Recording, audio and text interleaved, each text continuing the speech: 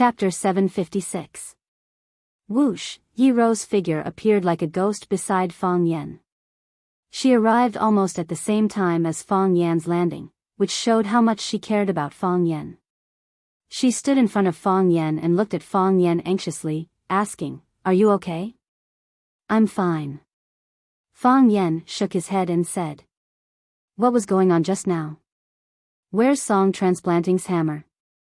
Clang, clang, clang. Bailey Lu also rushed to Fang Yan's side and looked at Fang Yan anxiously. He looked him up and down and asked, "You won't die, right?" "I won't die," Fang Yan said. "What was going on just now? Where's Song Transplanting's hammer?" If Fang Yan was fine and wouldn't die, then Tao addict Song Transplanting would be the unlucky one. Everyone's eyes turned to Song Transplanting, focusing on the bleeding muzzle on his back. Song Transplanting was seriously injured. After falling to the ground, he didn't move for a long time. When he was a little more awake, he wanted to get up from the ground, at least to change to a slightly more dignified posture. But he found that his body was in pain and his strength was quickly fading away. Not to mention getting up, even turning over was extremely difficult. He moved a little, changing his lying posture into a forward posture. He stared at the gloomy sky with grief and indignation, unable to accept what had happened in front of him. He was the one who wanted to kill Fang Yan. Why did he end up in such a miserable situation? "Where's my hammer?" Song Transplanting asked aloud. "I'm not very sure," Fang Yan said with a puzzled look. "It seems that my fire dragon took it to the sky." "Why can your fire dragon take my hammer to the sky?" Song Transplanting began to cough violently when he asked this question. As he coughed, his mouth was covered with blood. His internal organs were seriously injured. Every time he coughed, a lot of blood spurted out. "You don't have the heart of Tai Chi anymore, do you? How can your strength Chi condense and materialize?" "I don't know much about it." "Wait for me to go back and study it," Fang Yan said embarrassedly. Faced with the humility of others asking for guidance, he, as the master of the fire dragon, did not understand the principles behind it. His heart was filled with guilt, and he felt that he did not deserve to be a good teacher. After all, it just happened. "I also need some time to think about some of the contents. Why are you using a gun?" Song asked. "We're all from the inner Jianghu, so it's inevitable for us to compete and learn from each other. We don't have to worry about using knives and swords." "Why do you use a spear?" When Song Transplanting seedlings asked this question, Yi Rou and Bailey Lu also turned their eyes to Fang Yan's face. Yeah, how could this guy use a gun? How could he have a pistol at such a crucial moment? There were many grudges and grievances in the rivers and lakes. If you had an arm chopped off, you would think of a way to chop off the other party's arm. If you had been stabbed by an enemy, you would think of a way to stab him 12 or 20 times. However, there had never been such a case where you used a gun to blow up the other party's head after your arm was chopped off. Everyone came to an agreement and formed a non-existent rule that everyone followed: no firearms. Besides, for these masters of the inner Jianghu, what was a gun? What was a bullet? In the world, martial arts were the highest. This was their dignity and pride. It was a forbidden area where they could not get along with firearms. However, Uf King used a gun. This was cheating, against the rules, and would be despised by others. Fang Yan felt even more embarrassed. His cheeks were burning with pain. His eyes avoided eye contact with Yi Rou and Bailey Lu's eyes, and he did not want to look into Song Transplanting seedlings' condemning and questioning eyes. He explained in a dry voice, "Poverty stunts ambition, so I brought a gun as insurance. You also know that my Tai Chi heart had disappeared. Your martial arts were too good, and you ran too fast. I was afraid that I wouldn't be able to catch up with you, so I accidentally took out a pistol from my pocket and shot you. I didn't do it on purpose. I hope you don't mind too much." Fang Yan's heart of Tai Chi became a stillborn fetus. If he used his internal strength, he would have to bear the fire. Fang Yan suddenly felt very insecure, especially when he was dealing with a group of inner Jianghu monsters. His heart was filled with a sense of inferiority. When he was carrying out a mission in the Millennium Palace, he and his friend Gongsun Qi experienced a life and death escape. There were several times when they were driven into a dead end, but because they were desperate, they fought with their lives on the line and resorted to all sorts of means. Finally, they had the chance to escape from that hell and return to Huaxia alive. It was also this experience that made Fang Yan feel the beauty of life and the importance of life. He had to live for himself, for his family and lover. He couldn't die, he had to protect himself well, so, when he came out to protect Phoenix, he deliberately prepared a gun with him. Things like guns were not omnipotent. For example, when he fought with song transplanting seedlings alone, he had no chance to take out a gun or shoot. Even if he took out a gun, he might not have a chance to shoot song transplanting seedlings. Because just as he raised his gun, song transplanting seedlings might have already rushed in and twisted one of his arms. People like them, the speed of moving and dodging was faster than the speed of a bullet. When he swung the fire dragon that pierced Tao transplanting seedling's chi hammer, both song transplanting seedling and Fang Yan were a little dazed. They couldn't figure out what happened in the middle of it all. Song transplanting seedling even began to be suspicious, thinking that Fang Yan was also a heavenly Tao expert who was hiding his strength, take advantage of an illness to kill. Fang Yan reacted quickly and kicked Song transplanting seedling in the abdomen. What he did not expect was that Song Zaniang, this old man, was extremely cunning. After he took the kick, he used the recoil force to escape. Without thinking, Fang Yan took out a gun from his pocket and shot at Song transplanting seedling's back. He really didn't do it on purpose. Song transplanting seedling wanted to say, if*** king mind. I mind so much that I'm about to die, okay? I'm sorry this time. If you have any requests, just tell me. Fang Yan looked at Song transplanting seedling's twisted expression and couldn't help but ask. He was a kind person, but he couldn't bear to see others look so pitiful. Whenever someone looked at him like that, he would instantly feel sympathy, even if the person he was facing was the Tao transplanting seedling, who he hated to the bone. Please, Song transplanting seedling didn't finish his sentence before he coughed violently again. He coughed so violently that a large amount of blood sprayed out, and then fell on his face and body. The Tao transplanting seedling of the generation, at this time, looked really tragic. Don't worry, if you have something to say it slowly, Fang Yan comforted him. Except for you, no one is in a hurry anyway. Kill me, Song transplanting seedling said in a hoarse voice.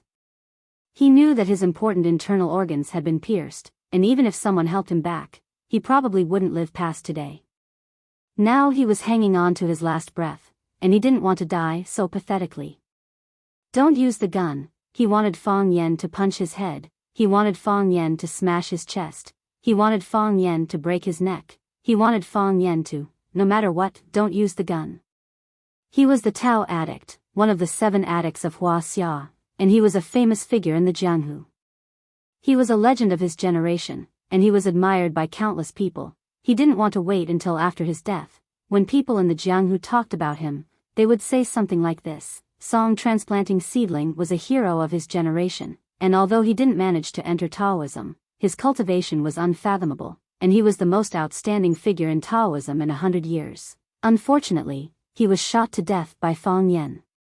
He was so afraid that the last sentence would be stuck on his head, and destroy his lifelong reputation. He hoped that he died in battle, killed by the peerless godly kung fu of the Jianghu. This was very important, and it was difficult for people who were not in the Jianghu to understand. That's the request? Fang Yan asked. That's the request. Song transplanting seedling was delighted. Fang Yan agreed. This guy wasn't as bad as he thought he was. Although he was already very, very bad in his mind, the Fang Yan in his mind was still worse than the current Fang Yan. Are there any other requests? Fang Yan asked. No. Song transplanting seedling's eyelids were getting heavier, and he could barely keep them open. He knew that he was going to die, and he was anxious. If Fang Yan didn't make a move, he would be shot to death by Fang Yan, he would be marked on the pillar of shame in history, and he couldn't accept such a fate. "This is your last request before you die." Fang Yan couldn't help but laugh, and said, "I hate you so much, how could I agree to it?" Song transplanting seedling's eyes were already closed, but his body was still twitching violently. He was very angry, really angry. If there was another chance, he really wanted to jump up and beat up Fang Yan. He wanted to eat his flesh and drink his blood. Why did he mistakenly believe the words of Ho Zhendong, the martial arts addict, and not kill him? Facing such scum, he should have crushed him to pieces the moment he met him. Under the gaze of Yi Rou and Bailey Lu, Fang Yan smiled shyly, then raised the pistol and pulled the trigger at Tao transplanting seedling's body. Bang! Bang! Bang! He finished the remaining 5 bullets in the pistol in one breath. The Tao transplanting seedling closed his eyes forever. He died with everlasting regret. Chapter 757. Fang Yan still felt that it was not enough to vent his hatred even after he had shot all the bullets in the pistol. The bad guys were killed, but could the good guys who were harmed by them come back? His father, who was scolded as a good-for-nothing by some people in Swallow Dock because he liked calligraphy and painting and hated kung fu. He was a man who loved his wife and son deeply. Was he going to die in vain? The old man who lost his son and his hair turned white overnight, and the lonely woman who lost her husband, could the trauma they suffered be made up for? Would they be able to find happiness again? The old man no longer stared at the King Kong eagle, and the woman no longer carried a basket to pick melons and weeds in front of her husband's grave every day. Her main purpose was to talk to her husband for a while. Those bad guys, they deserved to die. You killed him. Bai Lilu stood beside Fang Yan and said in a low voice. Was it cruel? Fang Yan turned and smiled at Bai Lilu. His smile was dry and his eyes were red. He looked like he was about to cry. Song transplanting was dead. He killed him with his own hands. But he didn't feel the pleasure of revenge. You see, I didn't even agree to his last request, I just shot him to death with a gun. I made holes in his body. The Tao addict, who was so famous, was killed by me with a gun. Did I have no bottom line? Did I not care about Jianghu morality? Bai Lilu frowned and looked at Fang Yan with scrutiny. He said, "Did you hit your head? When did you have a bottom line and talk about Jianghu morality? Only a fool would talk about Jianghu morality with such a person." Bai Lilu spat at the Tao addict, Song transplanting. They killed your father and broke up your family. This time they want to kidnap Phoenix to threaten you. If you fall into their hands, do you think you will still be alive? What do you think they will do to you? A dignified death? I'm afraid that when the time comes, they'll make you beg for death. Are you crazy to talk about morality with such people? I'm just saying. Fang Yan chuckled. I just think it's boring. How is it boring? They were in cahoots with Bai Xiu. Song transplanting was Jiang Junling's teacher, and Bai Xiu was Jiang Junling's lackey. Why would Bai Xiu do this to your family? Isn't it because you offended Jiang Junling, and Jiang Junling wants to exterminate your entire family? It's not too much to kill such a person 100 times over. What's there to feel sorry about? I'm not feeling sorry for him. Fang Yan shook his head, knowing that Bailey Lu did not understand the meaning of his words. They killed my father, and then I killed them, and what did we get for that, anyway? I lost my most important family, they lost their lives, what's the point? Bailey Lu thought for a long time and said, there are bad people in this world, so there are good people. When bad people do bad things, unless you don't make a sound, you are a good person. Bad people will come to you to take revenge. When bad people bully others, you can pretend not to see it. But if the bad guys bully you, can you pretend that nothing happened? I can't do it, and you can't do it. So, we are natural enemies. They want to kill us, and we want to kill them. Sometimes, when I think about it, the world is really very simple. Yi Rou came over and held Fang Yan's hand tightly. She didn't care how Fang Yan killed Song Transplanting. She only cared that the man she loved was alive, and the bad guy who wanted to kill her man was dead. This was more important than anything else. Jianghu morality? Warrior spirit? Please, that was something only the living were qualified to talk about. She wanted her man to be a villain. As for abiding by Jianghu morality and promoting the warrior spirit, she could let others do it. She was even willing to do it herself. For this woman, her only request was, Fang Yan was alive. Fang Yan held Yi Rou's soft little hand tightly and said softly, I'm fine. I'm fine. Just now, it was a matter of life and death. Song Transplanting's sudden attack was really dangerous. If it weren't for the fire dragon, his head would have been smashed by Song Transplanting's hammer and all his limbs would have been disintegrated. If it weren't for the fire dragon, if he couldn't resist it, he and Yi Rou would have been separated forever. This warmth after a battle, this surprise after death, really made him cherish it very much. Fang Yan wanted to live. He wanted to be with Yi Rou, his grandfather, his mother, and all the people he cherished. Bailey Lu saw Fang Yan and Yi Rou holding hands tightly and their eyes full of love, as if nothing had happened. He said, there's another one. Bailey Lu knew the relationship between Fang Yan and Yi Rou, so he never thought of marrying Yi Rou. Sometimes he felt that the elders in his family were very stupid. Such two outstanding young people, could they just rely on the dignity of the elders and the glory of the family to threaten and force them? Fang Yan nodded and said, let's go and have a look. When the three of them walked back to the backyard, Phoenix and the nuns of Lotus Temple came to greet them. Phoenix saw Fang Yan and asked with concern, Fang Yan, are you all right? Then she looked at Yi Rou and Bailey Lu and asked, are you all right? I'm fine. Fang Yan said with a smile. It's good that you're fine. Phoenix was clearly relieved. Where's the Tao addict? Dead. Fang Yan said. I killed him with a gun. Phoenix nodded and said, I heard the gunshot. It's good that you're all right. These people are really capable of doing anything. Fang Yan pointed to the collapsed stone house and said, there's another person inside. You mean Bai Xiu? Fang Yan looked at Phoenix's eyes and said, yes. This person wants to kidnap you, I know. Phoenix bowed her head and said, he wants to kidnap me and then use my life to threaten you. Phoenix understood what Fang Yan and the others wanted to do. She turned to the old nun Jinghui and said, Nun, there's a dead person in the front yard. Let's go and read scriptures to him. I hope they won't be bad people in their next life. Amipa. When the old nun Jinghui heard there was a dead person in the yard, she hurriedly chanted the name of Buddha and said, what should we do? What should we do? Even Buddha couldn't help her with such a problem. Phoenix supported the old nun Jinghui and said, we just need to read the scriptures in peace. Let them deal with the other things, that's good. The old nun Jinghui nodded and said.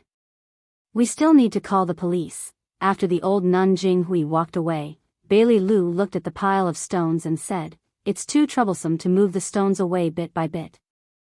I don't have the strength. However, I have a simple solution, with fire. Fang Yan looked at Bailey Lu and asked. Bailey Lu covered his chest with his hand and said, what do you think? Let's roast that Bai Xiu into a white pig. I've taken a look. This house is separated from the other yards, and there are stones behind it. Even if we set it on fire, it won't burn the forest on the mountain.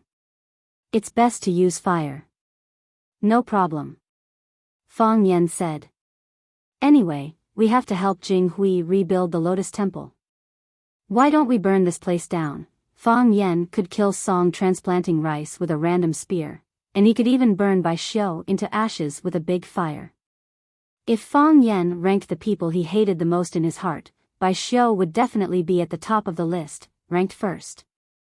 No matter whether it was Jiang Junling's instruction or Song Transplanting rice's support, the person who killed his father, Fang Yixing, was Bai Xiu. Just based on this, Fang Yan was willing to kill Bai Xiu 1,000 times. So what if Bai Xiu was resurrected? It was just a chance for him to kill him again. Hearing that Fang Yan agreed to his plan, Bailey Lu grinned and said, "You go rest for a while. Leave the lighting of the fire to me. When I was at Swallow Dock, I lit a lot of fires to set up ambushes." Fang Yan nodded and said, "You've worked hard." Bailey Lu smiled and said, "We all know that you've been unhappy these years. We want to help you with something, but we don't know what we can do. Now that we can help you, I'm happy." They're also happy to know. Fang Yan felt the strong friendship in Bailey Lu's words, but he didn't say anything. Bailey Lu could be considered Fang Yan's unconventional friend. The two of them didn't spar often, but they didn't like each other since they were young. Bailey Lu felt that Fang Yan was too arrogant and always wanted to steal his limelight. Fang Yan thought that Bailey Lu was too arrogant and put him in a difficult position several times. The first time the two of them competed in martial arts, they had set up a very ridiculous punishment. Unexpectedly, Bailey Lu had kept his promise all along. When Fang Yan was challenged by the Qinya army, Yi Rou rushed to Huacheng, and Bailey Lu also rushed to Huacheng. Yi Rou had a good fight with the Qinya army, while Bailey Lu had a good fight with Fang Yan. Fang Yan knew that whether it was the former or the latter, he would remember this favor deeply in his heart. This time, Bailey Lu was entrusted by Fang Yan to protect Phoenix. A few days ago, he said that he had found suspicious people observing and inquiring around. Fang Yan and Yi Rou arrived in time and finally stopped by Xiu and Song transplanting rice. Because of falling into the water, Bailey Lu's clothes were wet. He had a box of matches in his arms, but now it was soaked into a ball and couldn't be used. Bailey Lu was indeed an expert at igniting fires. He found 2 yellow dry stones and rubbed them hard a few times. The sulfur on the stones was ignited. Bailey Lu used sulfur stones to ignite the quilt in the pile of stones, and then the burning quilt ignited the whole house. Chapter 758. The raging fire was burning, and even the sky was dyed red. Fang Yan and Yiwen held each other's hands, watching the thick smoke rolling and the sky filled with rays of light. They felt that this scene was quite beautiful and romantic. If there was no Bai Xiu, if there was no Song transplanting rice, they could have lived such a happy life. Unfortunately, that was only if. He was still entangled in hatred with Bai Xiu, Song transplanting rice, and Jiang Junling and the others who had disappeared without a trace, unable to extricate himself. There were thousands of emotions in the world, but only hatred could devour a person's heart. It could turn a person into a non-person, and turn a ghost into a malicious spirit. Bailey Lu looked at his work with a proud face, and said with a smile, "If Bai Xiu suddenly ran out of the sea of fire, would that be considered a zombie? I've already cheated once, how can I cheat again?" Fang Yan said with a smile.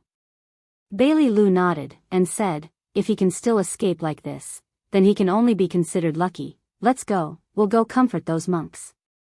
They're probably all scared. Let me handle this matter."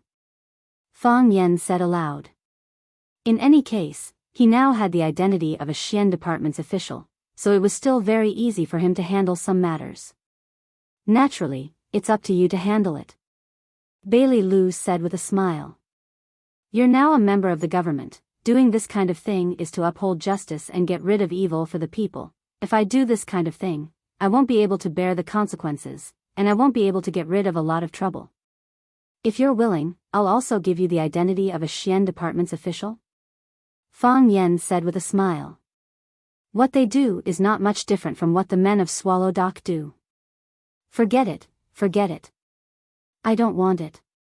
Bailey Lu waved his hand repeatedly, and said, "I've been wholeheartedly practicing martial arts for the sake of our Bailey family's godly fist to conquer the way of heaven as soon as possible. I've just realized the inverse punch, and I'm ready to use it to conquer the way of heaven. It's time to work hard and carefully polish it. There's no time to lose." Bailey Lu looked at Yi Rou with deep emotions and said, "I'm not afraid to say it out loud, but when I figured out the inverse punch, I was secretly happy. I thought to myself that if Yi Rou had failed to reach the heavenly Tao realm, I would be the youngest Heavenly Dao realm expert in Swallow Dock, and I would be the new signature of Swallow Dock. I have always viewed Senior Azure Dragon as my idol, and I always looked forward to the day when I could be like my idol. Bailey Lu sighed heavily and said, what I didn't expect was that Yi Ro had already succeeded in climbing the heavenly way. Since there are already outstanding people leading the way, how can we not bravely chase after them? Fang Yan nodded and said, I understand. I'm just saying. It's a good thing to have your own pursuits. No one will stop you from doing that. Fang Yan was about to go to the front yard to check on the nuns. Yi Ro looked at Fang Yan and said, I'll stay here. Maybe Bai Xiao will run out. Yi Ro didn't want to follow Fang Yan to the front yard because there was a phoenix there. She didn't want to put Fang Yan in a difficult position between the two women. Yi Ro wasn't a woman who liked to think about such trivial things in the past, but now that she and Fang Yan had confirmed their relationship, she couldn't help but consider some problems from his perspective. This excuse was very clumsy, but Fang Yan still nodded and said, I'll be right back. It's okay. Yi Ro pursed her lips and smiled. Bailey Lu glanced at Fang Yan and said, I won't go either. I'll stay here and take a look. Fang Yan waved his hand and said, I don't want you to go with me. Fang Yan smiled at Yi Ro, turned around and walked towards the front yard. Fang Yan, Yi Ro shouted behind him. Fang Yan turned around and looked at Yi Ro, asking, what's wrong? If it's possible, Yi Ro looked at Fang Yan and said, take her back. There was still no expression on Yi Ro's face, and it was hard to tell what she was feeling at this time. But her eyes were clear and bright, and it seemed that there were no impurities in them. What she says is what she thinks in her heart. She gave people such a feeling. She said that she wanted Fang Yan to take her back and bring the phoenix back, which proved that she really thought so in her heart. She thought it was not convenient for a girl to live here, and it was a pity to give up her youth to be a vegetarian and serve the Buddha. Although she had done something wrong, she was willing to forgive her and give her another chance. Fang Yan's heart was very warm, as if there was a strong but gentle airflow flowing through his body.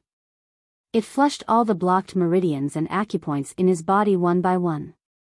Every victory could make his soul tremble slightly. Yi Ro was really gentle. Thank you, Fang Yan said softly. I just said take her back, Yi Ro added. Why are you so touched? Fang Yan no longer explained, turned around and ran to the front yard of Lianhua Temple. Looking at the back of Fang Yan running, Bailey Lu said with a smile, he is like Sun Wukong who wreaked havoc in heaven, and you are the Buddha. Only you can subdue him.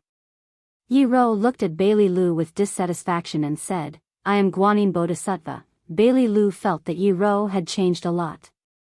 If it was in the past, if he said something she didn't like to hear, she would either ignore it directly or beat him. But now she even knows to refute or joke with him. Is this the charm of love? Bailey Lu thought about it seriously. What is love? Is it as fascinating as Kung Fu? At this time, Yi Ro's expression suddenly became serious. She listened attentively and immediately ran towards the front yard. Bailey Lu grinned and said, women say one thing but mean another. If you say you don't want to go, shit. Before Bailey Lu finished his words, he had already found that the situation was not good. Boom, first came the sound of a mountain torrent. Then, a huge white curtain rolled down from the mountain, as if it was going to cover the entire land. Bastard, Bailey Lu cursed and quickly ran to the front yard. Pa! A huge wave of water rushed over the protective stone at the foot of the mountain and then hit the wall of Lianhua Temple. In just one round, the thick wall made of hard bluestone was washed down by the flood. Kacha, kacha, the flood was like a white giant beast. Wherever it passed, the walls and trees fell and were instantly swallowed by its huge white mouth.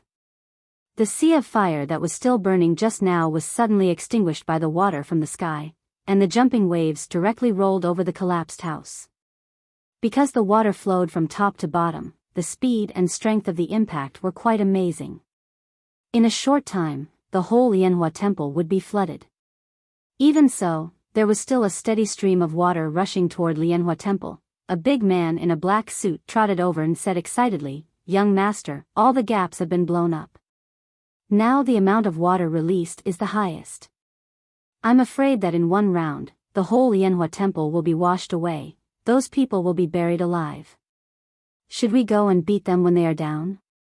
An old man looked at the scene of the mountain torrent that seemed to be the Milky Way falling from the ninth heaven, sighed softly in his heart and said, "It's strange. Mr. Tao Addict and Bai Xiu went down to kidnap a woman. Even if there are people on guard, with their cultivation, they would have succeeded long ago. Why haven't they come back yet? And they didn't give us any signal." Jiang Junling looked down with his binoculars. He could see the tragic scene of the flood submerging Lianhua Temple, but he couldn't see what was happening in the temple. "Maybe, we've been tricked," Jiang Junling said in a low voice. "Tricked? A few days ago, we sent someone to inquire about Lianhua Temple. They said that everything is normal in Lianhua Temple, and there are no experts protecting Phoenix. Although our people deliberately showed up to alert the enemy, they wanted to lure Fang Yan here to make a move. If there are really no experts protecting her, Bai Xiu would have gone down alone and brought everyone back. However, Bai Xiu still hasn't come back. Now, Master has gone down with them. With their combat power, they can escape even if they encounter a heavenly Tao realm expert. Since they haven't come back yet, it proves that there is a very powerful person over there. Who is it?" the old man asked aloud. "Fang Yan came in person? If it's only Fang Yan, he is not Mr. Tao Addict's match at all." Mo Qingdi is still in the land of extreme cold. Even if he comes back, he will be a good for nothing. Even if they join forces, they won't be able to defeat Mr. Tao Addict. That's why I'm also very curious. Jiang Junling put away his binoculars and said, "Who is it?" "We have calculated the pawns that Fang Yan can use. Other than himself, there is only Yi Gentle, who has failed to climb the heavenly Tao, and a few of his fellow sufferers.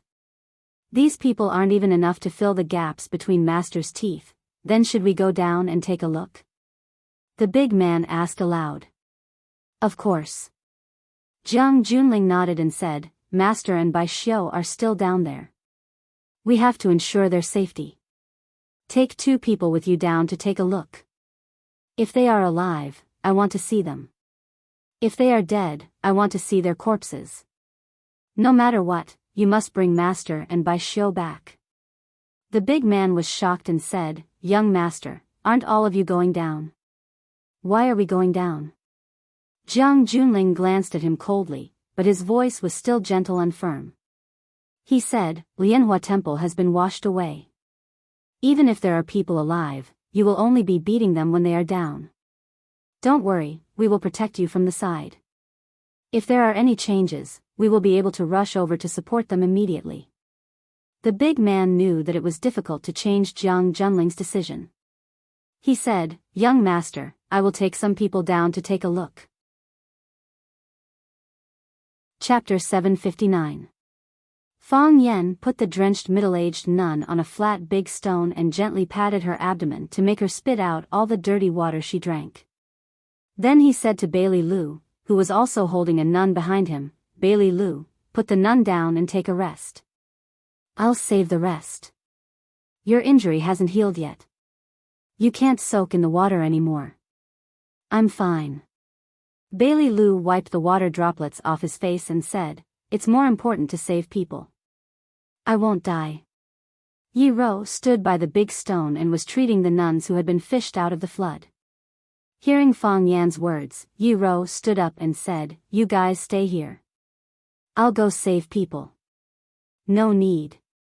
Fang Yan grabbed Yi Ro and said, "Your kung fu is the best. You must stay and protect them. What if another Song Zaniang comes? What if Jiang Junling comes with people?" Fang Yan's worry was not unreasonable. The flood came suddenly and inexplicably. Fang Yan had walked upstream. Although he knew there was a waterfall above, the waterfall's head was very small. When it fell into the stream below, it immediately disintegrated. Like today, he suddenly turned into a scourge.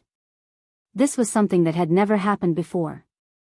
Besides, even if there was a landslide and the stone dam blocking the reservoir had collapsed, why didn't it collapse earlier or later? Why did it have to collapse today when Fang Yan and Yi Rou had walked hundreds of miles to Lotus Temple? Lotus Temple was built no less than 100 years ago. It was said that it had existed since the Qing dynasty. In such a long history, it had never encountered such an unlucky thing as a flash flood. Obviously, this was deliberately done by someone. Someone blew up the dam of the reservoir on the top of the mountain and wanted to drown all the people in the temple. What kind of person would be able to do such a ruthless and malicious thing? Of course, it was Fang Yan's old enemy, Jiang Junling. The flood was too fast and too strong. Before Fang Yan had time to run into the temple, the wall and the stone house behind Fang Yan had all collapsed. When he ran into the Buddha Hall to save people, he found that Phoenix and the nuns of the Lotus Temple were not in the Buddha Hall, but went to the front yard to check the body of Tao addict Song transplanting. When Fang Yan and Yi Rou, who had just arrived, were about to make a detour to the front yard, the wooden structure of the temple collapsed with a loud bang. Fang Yan and Yi Rou hurried to dodge. When they ran to the front yard was already flooded, and the nuns had been washed away. At this moment, Fang Yan and Yi Rou couldn't care less about favoritism. They each grabbed two people and ran toward the hillside. Most of the nuns of the Lotus Temple had been rescued, but Phoenix and the old nun Jing Hui were still nowhere to be seen. This made Fang Yan's heart burn with anxiety. Could it be that someone had come and taken the Phoenix away? If so, he and Yi Rou and Bailey Lu's trip to the Lotus Temple would be a fiasco. At that time, they would be at the mercy of a villain like Jiang Junling. Bailey Lu's face was full of murderous intent, and he said fiercely, "It must be Jiang Junling. Only this kind of lonely ghost, who has no father or son and has been expelled by the family, can do such a thing." The people of Swallow Dock attached great importance to the concept of clan. For Bailey Lu, Jiang Junling, who was expelled by the family, could not take the family name when he was alive, and could not be buried in the ancestral grave after death, was extremely pitiful and sad. In Bailey Lu's heart, there was no more serious punishment than this. "Now is not the time to pursue the murderer," Fang Yan said with a cold expression. He had long known that he and Jiang Junling were actually in a situation where they would fight to the death. In this world, he was either dead or already dead. However, he still couldn't accept that Jiang Junling turned into a murderous butcher just to kill him, and let a group of people die with him. Who did the nuns of Lotus Temple offend? Just because they were kind-hearted enough to take in a homeless woman, they brought a fatal disaster upon themselves? Fang Yan shook off the water stains on his hair, and said in a cold voice, "Whether Jiang Junling did it or not, we will put this account on Jiang Junling's head." Fang Yan looked at Yi Rou and said, "Bailey Lu's injury is serious, and he can't soak in the water anymore. Jiang Junling and the others may have a backup plan. If they send more masters, you will have to help resist them. I'll go to find Phoenix. Be careful." Yi Rou was not an indecisive woman. Hearing what Fang Yan said made sense, she immediately changed her mind. Fang Yan nodded and jumped into the flood with a plop. Yi Rou looked at Bailey Lu with burning eyes.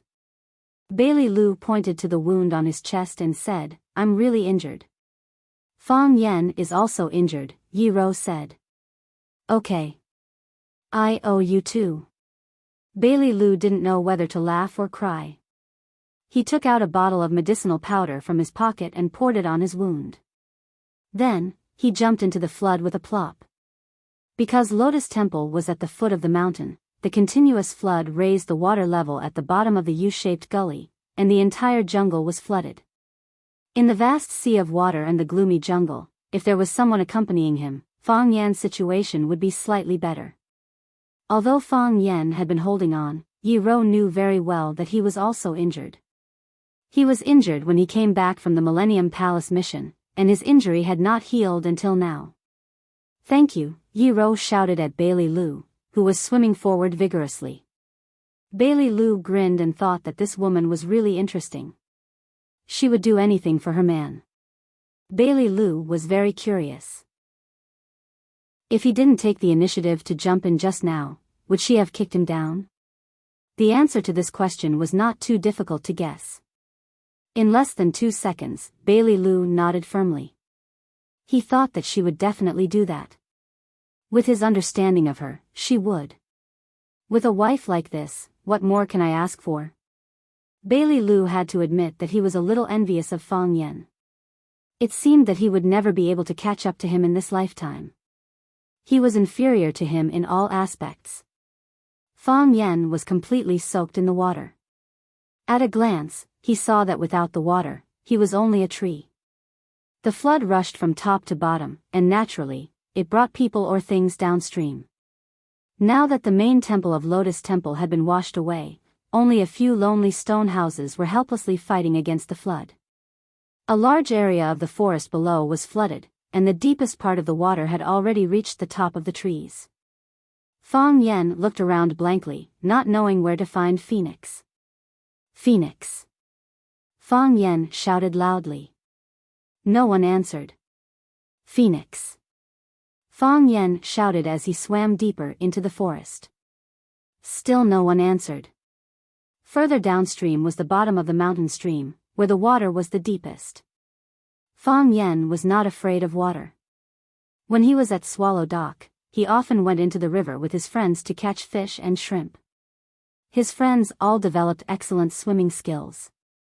She was more worried that something had happened to Phoenix. This mountain was so big, and the water was so deep. Moreover, Jiang Junling kept playing dirty tricks behind her back. Who knew what else they would do? Phoenix! Fang Yan shouted Phoenix's name at the top of his voice as he swam. And Xiao Xiao, where are you? Fang Yan. A woman's voice came with a sobbing tone. Phoenix. Fang Yan was overjoyed and shouted. Fang Yan, I'm here. Fang Yan, Master is dying. Come and save Master. Phoenix's voice was very urgent. Fang Yan followed the voice and swam deep into the forest. Soon he saw Phoenix and the old nun Jing Hui leaning on a huge tree trunk. Phoenix didn't want the monks and nuns to see a bloody scene, so she took them to the front yard to save the Tao addict Song Zining. Just as they sat in a circle chanting, a torrent suddenly came. The young nuns reacted quickly. They either hugged each other in pairs or grabbed big trees or wooden pillars. More people were washed downstream by the flood. The old nun Jing Hui was old and weak, so her reaction was slow. She was the first victim washed away by the flood. Phoenix saw the old nun Jing Hui being carried away by the flood. She shouted and hurried to the old nun Jing Hui. She finally caught Master Jing Hui, but it was difficult to resist the force of the flood. The two of them hugged each other and were brought deep into the forest. The old nun Jing Hui was weak. She couldn't bear being soaked and rolling in the flood. When she slid down, her forehead hit a stone. Now her head was bleeding and she was dying. Phoenix held the old nun Jing Hui's body and shouted to Fang Yan, Fang Yan, come and save Master. Master is hurt. I beg you, please save her. Fang Yan sped up and swam to Phoenix's side. Seeing that Phoenix's mental state was still good, he was relieved. Then he reached out to check the old nun Jing Hui's pulse. Her pulse was weak, and it had been a long time. Her vital signs were gradually fading. Fang Yan shook his head at Phoenix. The old nun Jing Hui couldn't be saved. She was already exhausted, and now she encountered such a disaster. This day had just come ahead of time. Woo! Phoenix covered her mouth and cried bitterly. Although the old nun Jing Hui had been unwilling to shave her hair and head, she had long regarded her as her master in her heart. When Phoenix moved into the Lotus Temple, she was in despair and had lost confidence in everything in the world. At that time, she had no family, relatives or friends around her. The only people who accompanied her were the old nun Jing Hui and a group of friends from the Lotus Temple. After spending a few months together, they became her family and the group of people she cared about the most in her heart. She got quiet and peace here, as well as the care and love that she had lost and regained. Hearing Fang Yan say that the old nun Jinghui couldn't be saved, Phoenix was heartbroken. Another close family member was going to leave. Hearing Phoenix's cry, the old nun Jinghui opened her eyes. She wanted to reach out to help Phoenix wipe her tears, but she couldn't lift her hand halfway. She looked at Phoenix with a smile and said with a loving face, "Silly child, I knew this day would come. I didn't tell you because I didn't want you to be sad. Master, I originally wanted to send you out, and leave after you come out of the mountain. Now it seems that I can't wait anymore. Go back. Go back." The old nun Jinghui held Fang Yan's hand tightly and said, "Do you know what I regret the most in my life?" Fang Yan shook his head and said, "I don't know. The thing I regret the most is that I didn't forgive that man." The old nun Jinghui said in a soft but sorrowful voice, "I didn't eat meat and prayed to the Buddha for decades, but my heart was unsettled all my life." With a kind and compassionate smile on her face, the old nun Jinghui slowly closed her eyes. All virtues were complete, and all evils were extinguished. Master Jinghui passed away. Chapter 760. What was the most precious medicine in the world? Medicine for regret. We often see such stories. Because of a father's scolding, the children ran away from home for decades and never heard from again. Because of a husband's negligence, the husband and wife had a dispute and were separated from each other in the end. Because of a teacher's misunderstanding, a student who was supposed to have a bright future finally went astray. Life is only 100 years. When you are old and look back on the past, will you regret the mistakes you made in the past? The saddest thing in life is that time flows like water, and the past can't be retrieved. The old nun Jinghui has been serving Buddha all her life, and she still couldn't untie the knot in her heart when she died. If she wasn't so stubborn when she was young, if her character could be a little softer, then would her life experience be completely different? Unfortunately, she had taken the wrong step and could no longer go back. The old nun Jinghui closed her eyes peacefully. There was no sadness or joy, but there was obviously regret. The phoenix was in so much pain that it wailed loudly. Master Jinghui was the family who took her in when she was in the most difficult time, and also the harbor where her heart got peace and warmth. When she was desperate, Lotus Temple was gone, and so was Master Jinghui. She really couldn't stand it anymore and almost broke down emotionally. Fang Yan didn't stop her and jumped into the flood alone. When he came back again, he dragged a thick pillar behind him. Fang Yan tied the old nun Jinghui's body to the pillar with a cloth belt, and then tied the pillar to his waist with a long vine. Then, he took down the crying phoenix from the tree trunk and dragged him upstream. The top priority now was to get out of danger and meet with Yi Ro and Bailey Lu. Being sad or comforting were things that he was qualified to do after he escaped. The reservoir at the top of the mountain was not blocked, so the flood kept pouring down the mountain. Although the water flow was a little less, it still didn't stop. Fang Yan dragged a pillar behind him, and a nun was tied to the pillar, and a woman was hugging him.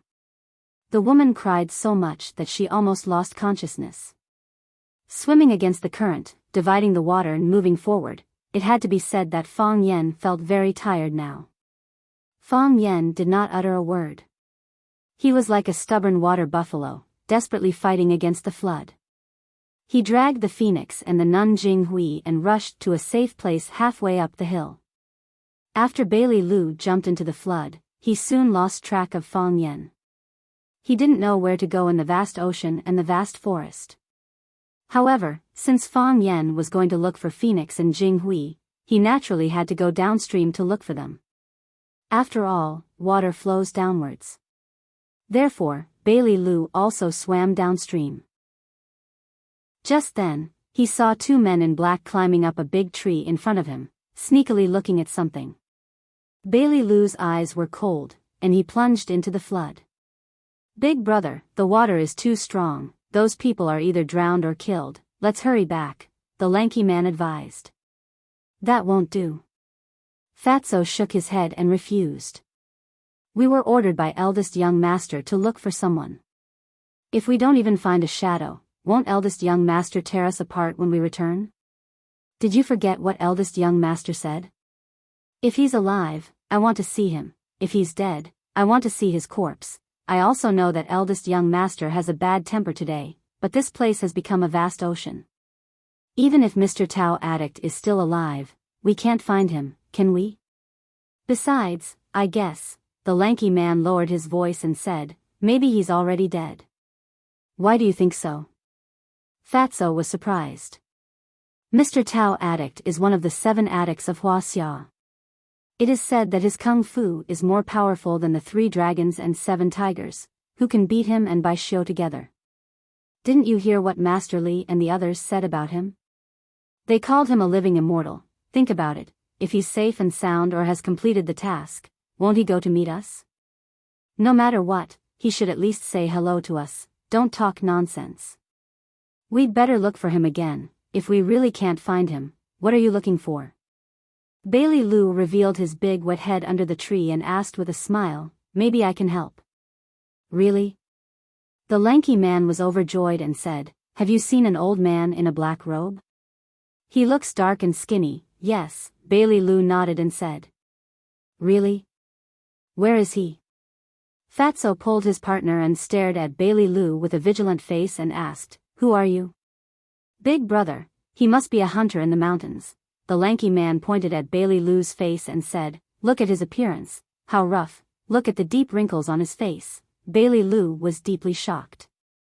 Why the F***ck do I look rough? Although I'm not a member of the Prince Charming team of Swallow Dock, it's because I think it's hard to accept that Fang Yan is the captain of the Prince Charming team. Moreover, there's no handsome guy in the entire Prince Charming team. If I hang out with them, I'll only look too low. Also, where are the wrinkles on my face? Although my skin is a little rough after years of running around and challenging the world's heroes, I put on a cucumber mask every night before I go to bed, okay? Are you a hunter in the mountains? Fatso asked aloud. Yes. I'm a hunter, Bailey Lu said with a big smile. Then you help us find someone, and we'll pay you, 100 yuan an hour?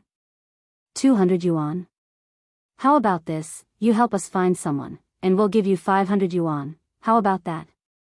You mountain people can't earn that much money in a month, right? Fatso was very business-minded.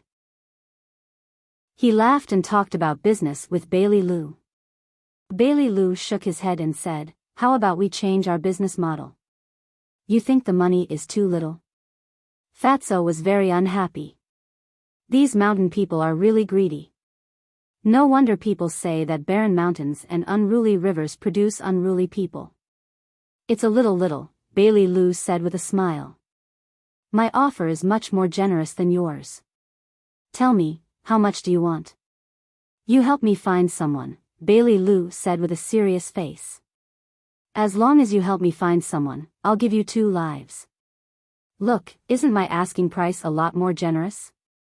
Who are you looking for? Jiang Junling.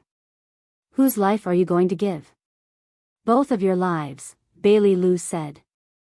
Fatso put his hand into his pocket, took out a pistol, and shot at Bailey Lu who was in the flood. The skinny man held a military knife in his hand. He jumped down from the tree and stabbed at Bailey Lu's head. Bailey Lu's body sank and disappeared into the flood. Ripples spread out on the surface of the water.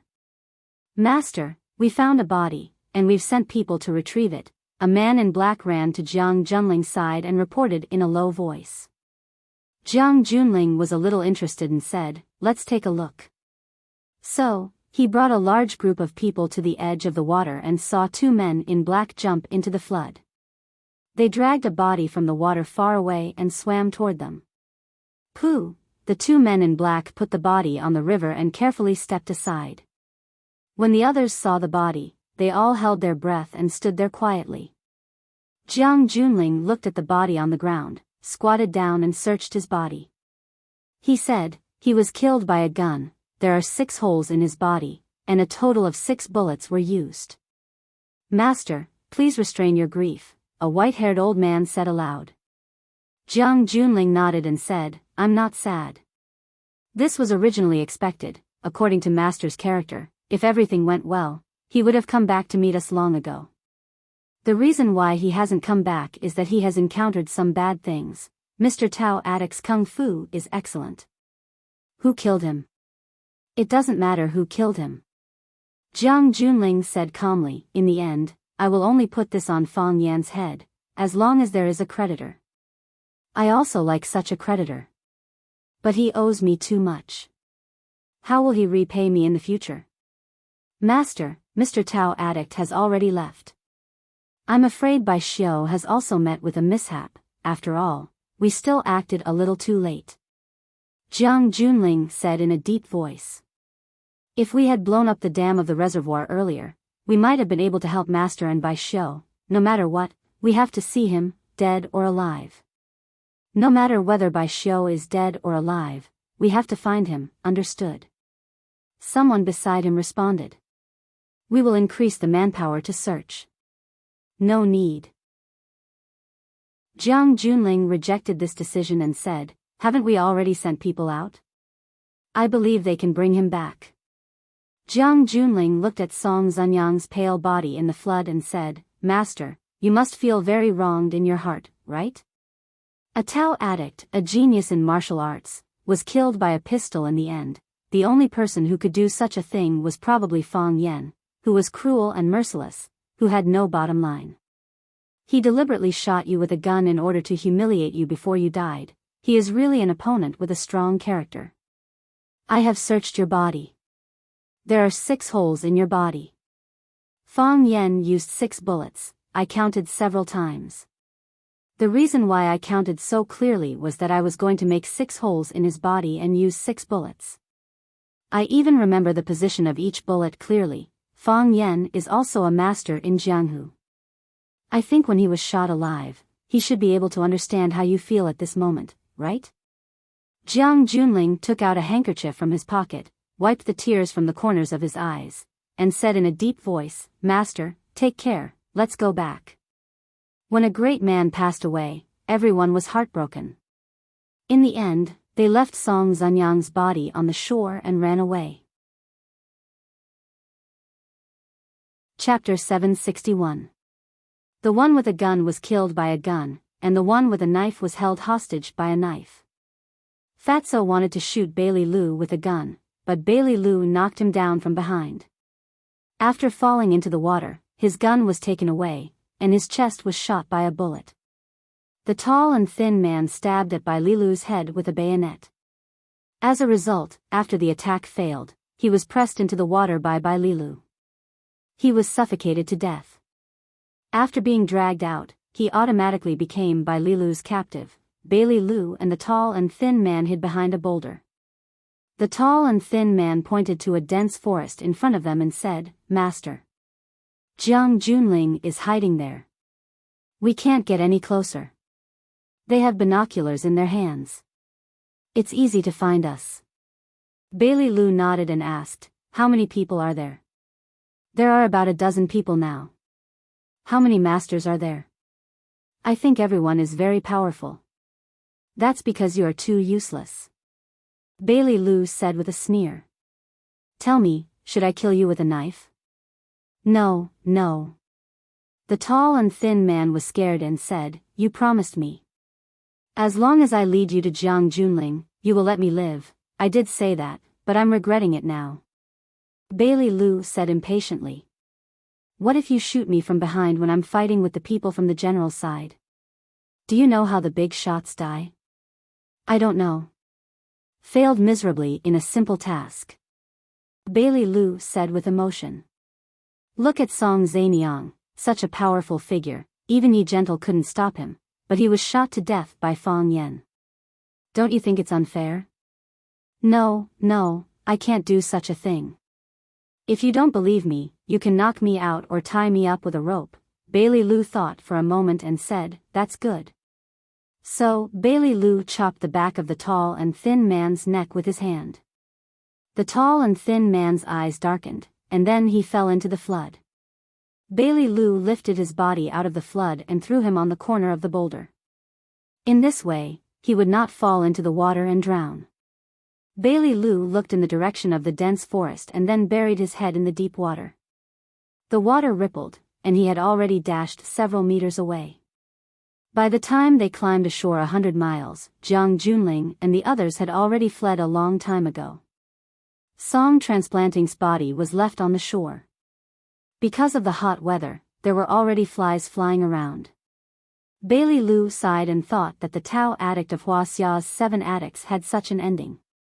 It was really a pity. Jiang Junling was worried that he would be followed, so when he escaped, he didn't even care about his master's body. This person's heart was colder and harder than a rock. The degree of ruthlessness was outrageous. In the past, he had his own plans. He wanted to take over the family, so he had always pretended to be an elegant young master. Now that all of his hopes had been dashed and he had even become a wandering ghost, he became fearless and didn't care about anything anymore. Bailey Lu searched around and made sure that Jiang Junling and the others had really left. Then he dragged Song Transplanting's body to the deep ditch in front of him. He dug a hole and buried Song Transplanting in it, and then piled up stones on top of it. He didn't intend to write an inscription or erect a monument for him. He was full of sins and had offended countless people. For the sake of everyone in Neijiang, he would let him get this piece of pure land after his death. Bailey Lu swam to the side of the boulder, patted the tall and thin man awake, and said, "Jiang Junling has already escaped." The tall and thin man was shocked and said, "I didn't tell him. I just slept here and didn't move, I know." Bailey Lu nodded and said, "Come with me." "Where to?" "Go back with me." "You want to take me in?" "Yes. You're really a good person." "Right." Bailey Lu was a little embarrassed by the boy's praise and said, "You know where Jiang Junling is hiding. You can take us to him." The smile on the tall and thin man's face froze. He felt that the people outside had a bad conscience. When Bailey Lu arrived at the gathering point with the tall and thin man, Fang Yan had just swam back with Phoenix and the nun Jing Hui's body. Bailey Lu hurried over to help. He untied the wooden pillar from Fang Yan's waist, and then carried the wooden pillar and the nun Jing Hui on it to a dry and flat place. "Master," when the nuns saw the dead nun Jing Hui, they cried and rushed over. Bailey Lu untied the nun Jing Hui from the wooden pillar and then quietly knelt on the side. Although he didn't believe in Buddha, he believed in the power of faith. These women could cut off their lust and serve Buddha all their lives, which was actually very admirable. Yi Ro looked at the heartbroken Phoenix, took out a wet handkerchief from her pocket and handed it to her. Phoenix glanced at Yi Ro, took the wet handkerchief and wiped the tears on her face. She said in a hoarse voice, "Thank you. Go back with us." Yi Ro said, "You should go back." Phoenix nodded and said, "Yes, I will go back with you. I should go back too." When she was dragged here by Fang Yan, Phoenix had already thought a lot. Maybe she should live a good life for herself and the people she cared about. Yi Ro nodded. She didn't think it was a strange thing. Lotus Temple was destroyed, so it was natural for Phoenix to go back. Looking at the nuns who were chanting sutras around Jing Hui, Phoenix said, "Master Jing Hui is dead, Lotus Temple is destroyed, and our home is gone. I want to go back to Yanjing. I want to take good care of them, I want to take them to beg for alms, I want to help them rebuild Lotus Temple. So, I want to go back." Yi Ro respected this woman and said, "If there's anything you need help with, don't hesitate to ask." Phoenix looked up at Yi Ro and said seriously, "It's normal for him to fall in love with you." Yi Ro was speechless for a moment. She didn't know how to respond to Phoenix's words. This made her a little dissatisfied with herself. She thought that she should have nodded and said, "Yes, that's it." Fang Yan knew the tall and thin man. At the summit of One Sword Peak, he was chased by countless people, and the tall and thin man was one of them. He was a minor character who didn't have much sense of existence. The tall and thin man also obviously saw Fang Yan. He hid behind Bailey Lu and didn't dare to come closer. He lowered his head for fear that Fang Yan would recognize him. Fang Yan pointed to the tall and thin man and asked, "Where did you catch the captive?" Bailey Lu grinned and said, "I didn't find you, but I found two idiots. One was killed by me, and the other was caught by me to help lead the way." It was indeed Jiang Junling who did it, but this animal had already run away with his people. He left in a hurry and was worried that we would catch up with him, so he didn't even care about his master's body. How could you become an opponent of such a scumbag? It's chilling to think about it. It's because he's a scumbag that I became his opponent. Fang Yan said expressionlessly. Justice and evil, light and darkness are natural opponents. This is fate. You killed his master with one shot. You're really evil. Bailey Lu said. He pointed to the tall and thin man and said, "Don't kill this guy. He knows where Jiang Junling and the others were hiding. I was going to keep him alive to lead us there. If you don't remove the roots, it will grow again when the spring wind blows. I can't sleep well at night when I'm fighting with a scumbag like Jiang Junling. I'd better find a way to get rid of him." Fang Yan nodded and said, "It's up to you." He walked to the side of the nuns who were chanting and said with a heavy expression, "The dead can't be resurrected. Please restrain your grief." Master Jinghui believed in Buddha all her life, and now she naturally returns to the embrace of Buddha. A middle-aged nun looked at Fang Yan and said, "Benefactor Fang Yan, if you have something to say, just say it. We want to leave this place of trouble. Master Jinghui is gone, and the Lotus Temple has been flooded. I want to discuss with you how to deal with Master Jinghui's body. What plans do you have for your future life?" The nuns all looked at Phoenix. They had been living in seclusion in the mountains for many years and had lost contact with their families and relatives. They really didn't know how to go on in the future.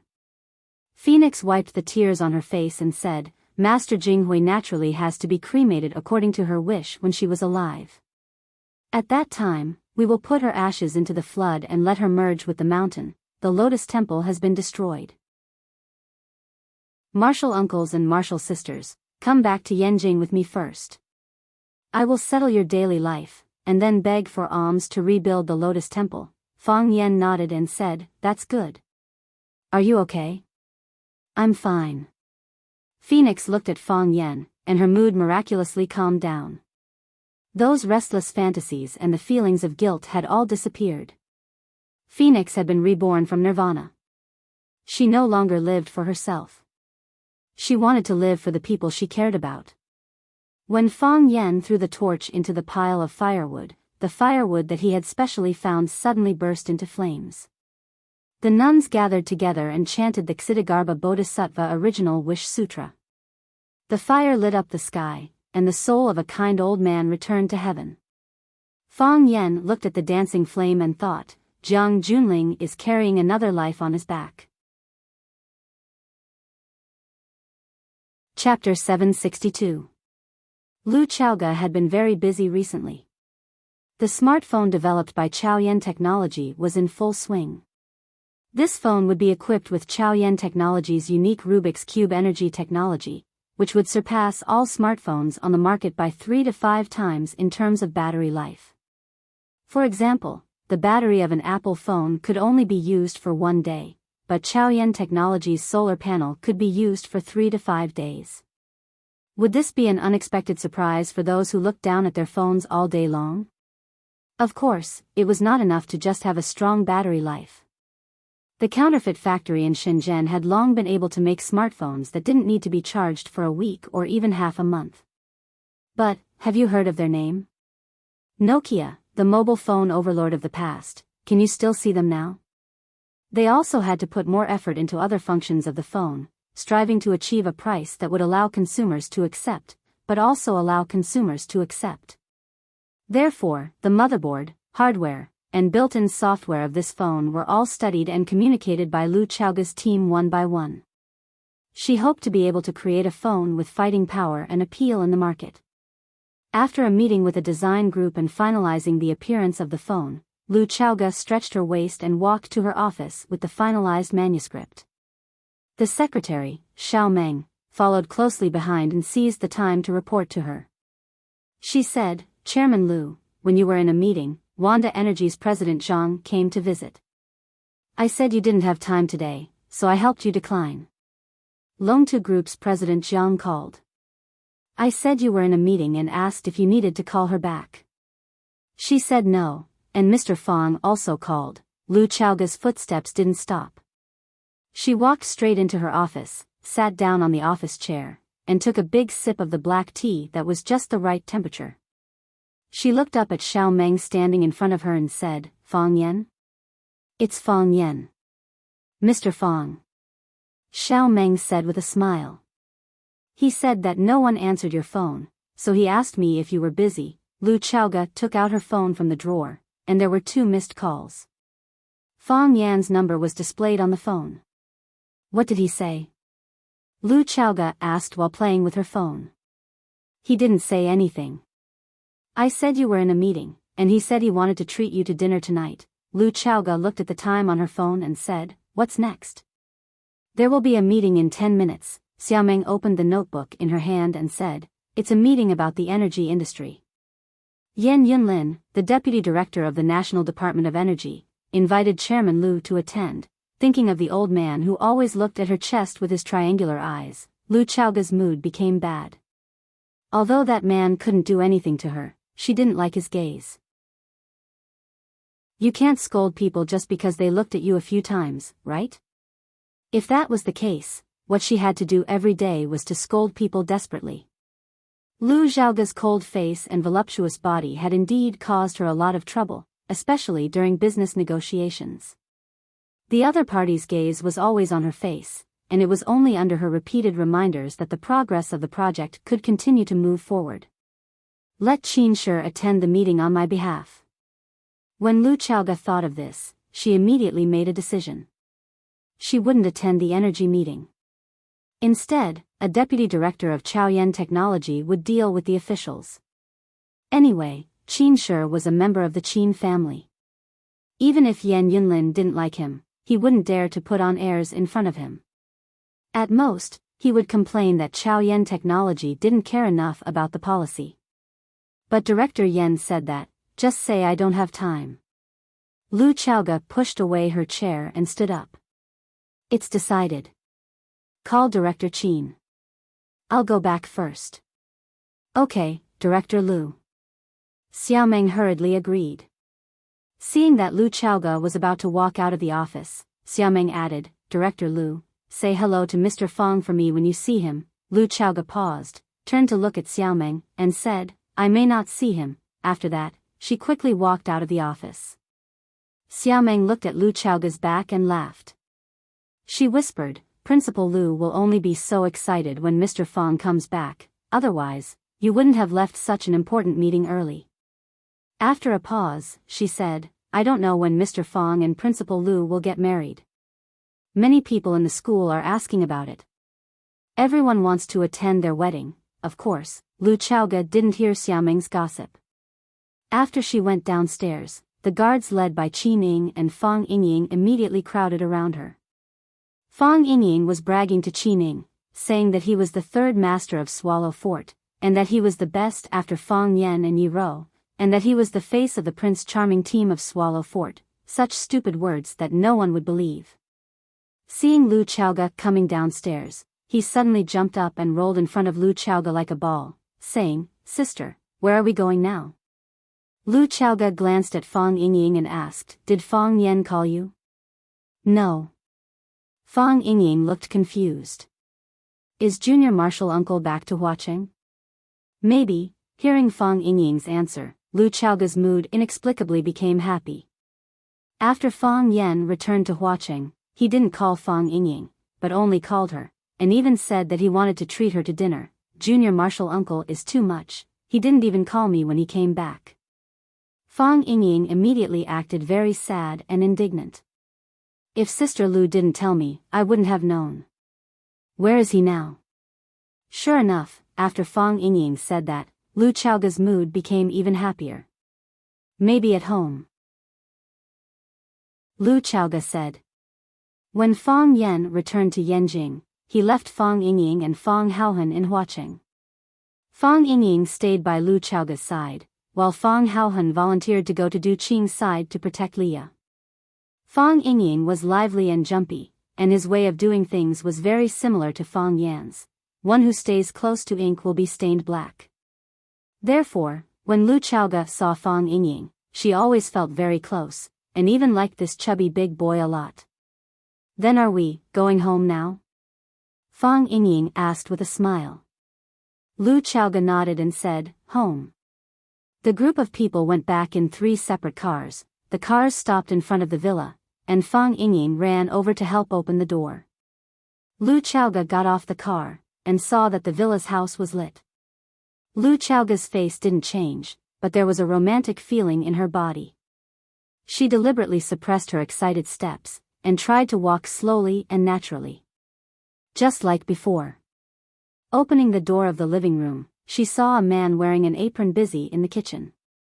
There were already several dishes on the dining table in the dining room: scrambled eggs with tomatoes, braised trout, shredded pork with bamboo shoots, and cordyceps duck soup.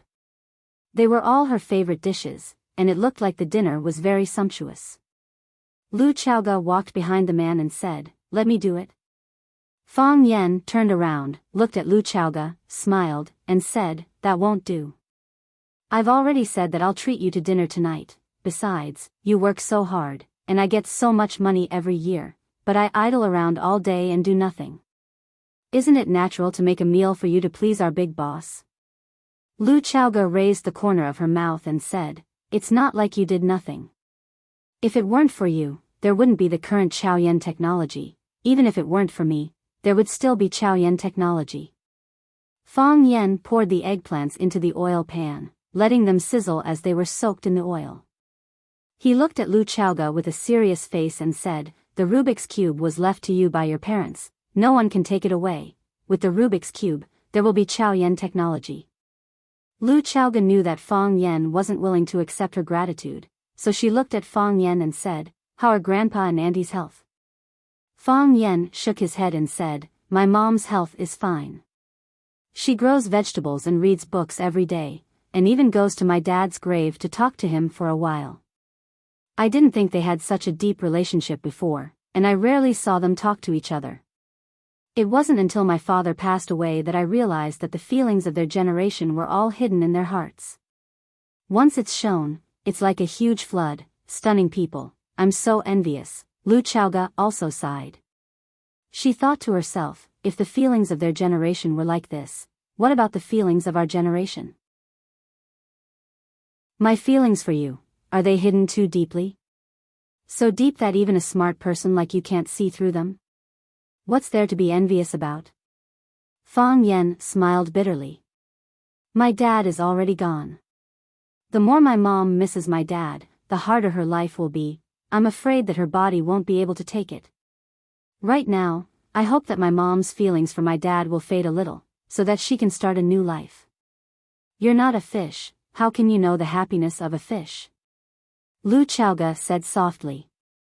It seemed like she was explaining something for Fong Yan's mother, but also for herself. Even if that person isn't by your side, and you have nothing to rely on in your heart, you have to live with some spirit. At least, there's someone in your heart, and you're willing to live for him.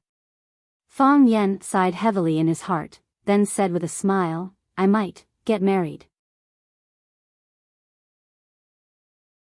Chapter 763.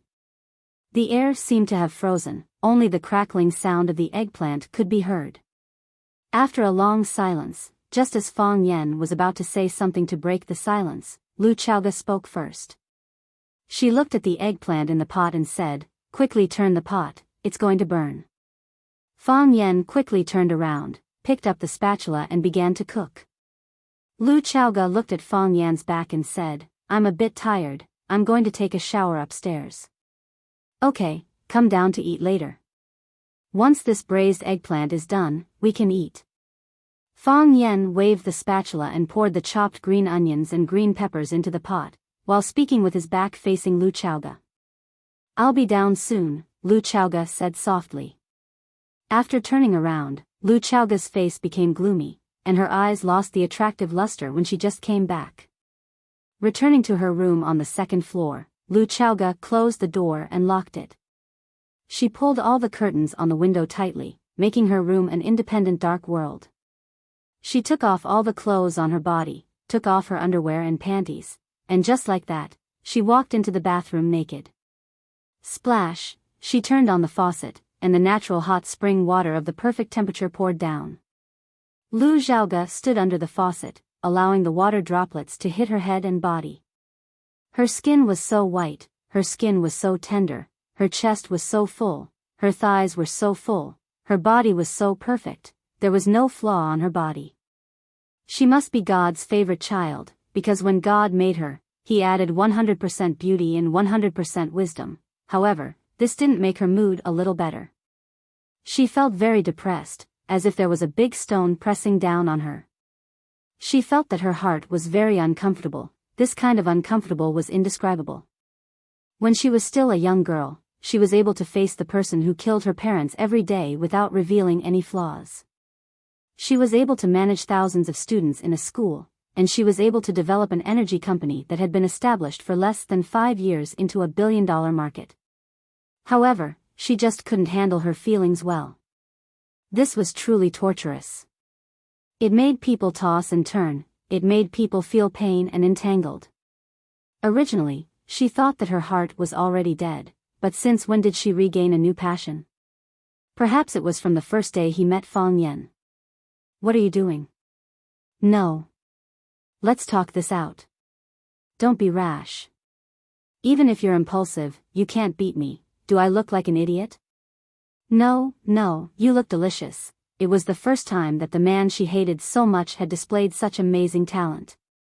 That mean, black-bellied, arrogant guy who did not even put her, the vice principal, in his eyes, but he was able to stand up for her when she was in the most dangerous and helpless situation. Everything she had today was given to her by Fang Yan. Without Fang Yan, she would have been dead a long time ago. She knew very well that she was no match for Jiang Zhulu and Qiang Longtan. She knew even more clearly that they were no match for the willow tree and the Lu family behind it. Apart from them, there were other enemies that were eyeing them from behind. They opened their bloody mouths and could pounce on them at any time. Fang Yan said that she had nothing to do and was idle all day. How could it be like this? If it wasn't for him, would Shangxin be willing to be a chess piece that was controlled by them? Would Lu Shu be willing to be a mad dog that could pounce on anyone at any time? And how could an ambitious man like Lan Shanggu tolerate himself taking orders from a woman? However, even if she lost everything, she wouldn't feel too bothered. She was ambitious, but not blinded by benefits. She wanted to build a giant commercial ship, but she was willing to give it to Fang Yan. Her dream back then was to be a good teacher and a good principal who could nurture more outstanding students. That was all. If Fang Yan didn't need her anymore, what was the point even if she had the world? In the past, I lived for Fang Yan. What am I going to live for in the future? Lu Xiaoga thought to herself, I want to be the best person in the country, the best person in the world. But I will still be alone. Splat. The water droplets hit Lu Xiaoga's face and body, as well as her slightly cold heart. When Fang Yan told her that he was going to get married, he actually wanted to tell her that she shouldn't wait for him anymore. He was going to get married. He was being kind, but she didn't need to appreciate his kindness. I like you, but you don't want me to like you. Can I still like someone else? After Fang Yan finished eating, he removed his apron, washed his face and hands, and sat at the dining table to wait. When Fang Yingying sneaked in, he almost drooled when he saw the table full of food. His eyes were red as he looked at Fang Yan, sat down in front of him and said, Junior Marshal Uncle, you're finally back.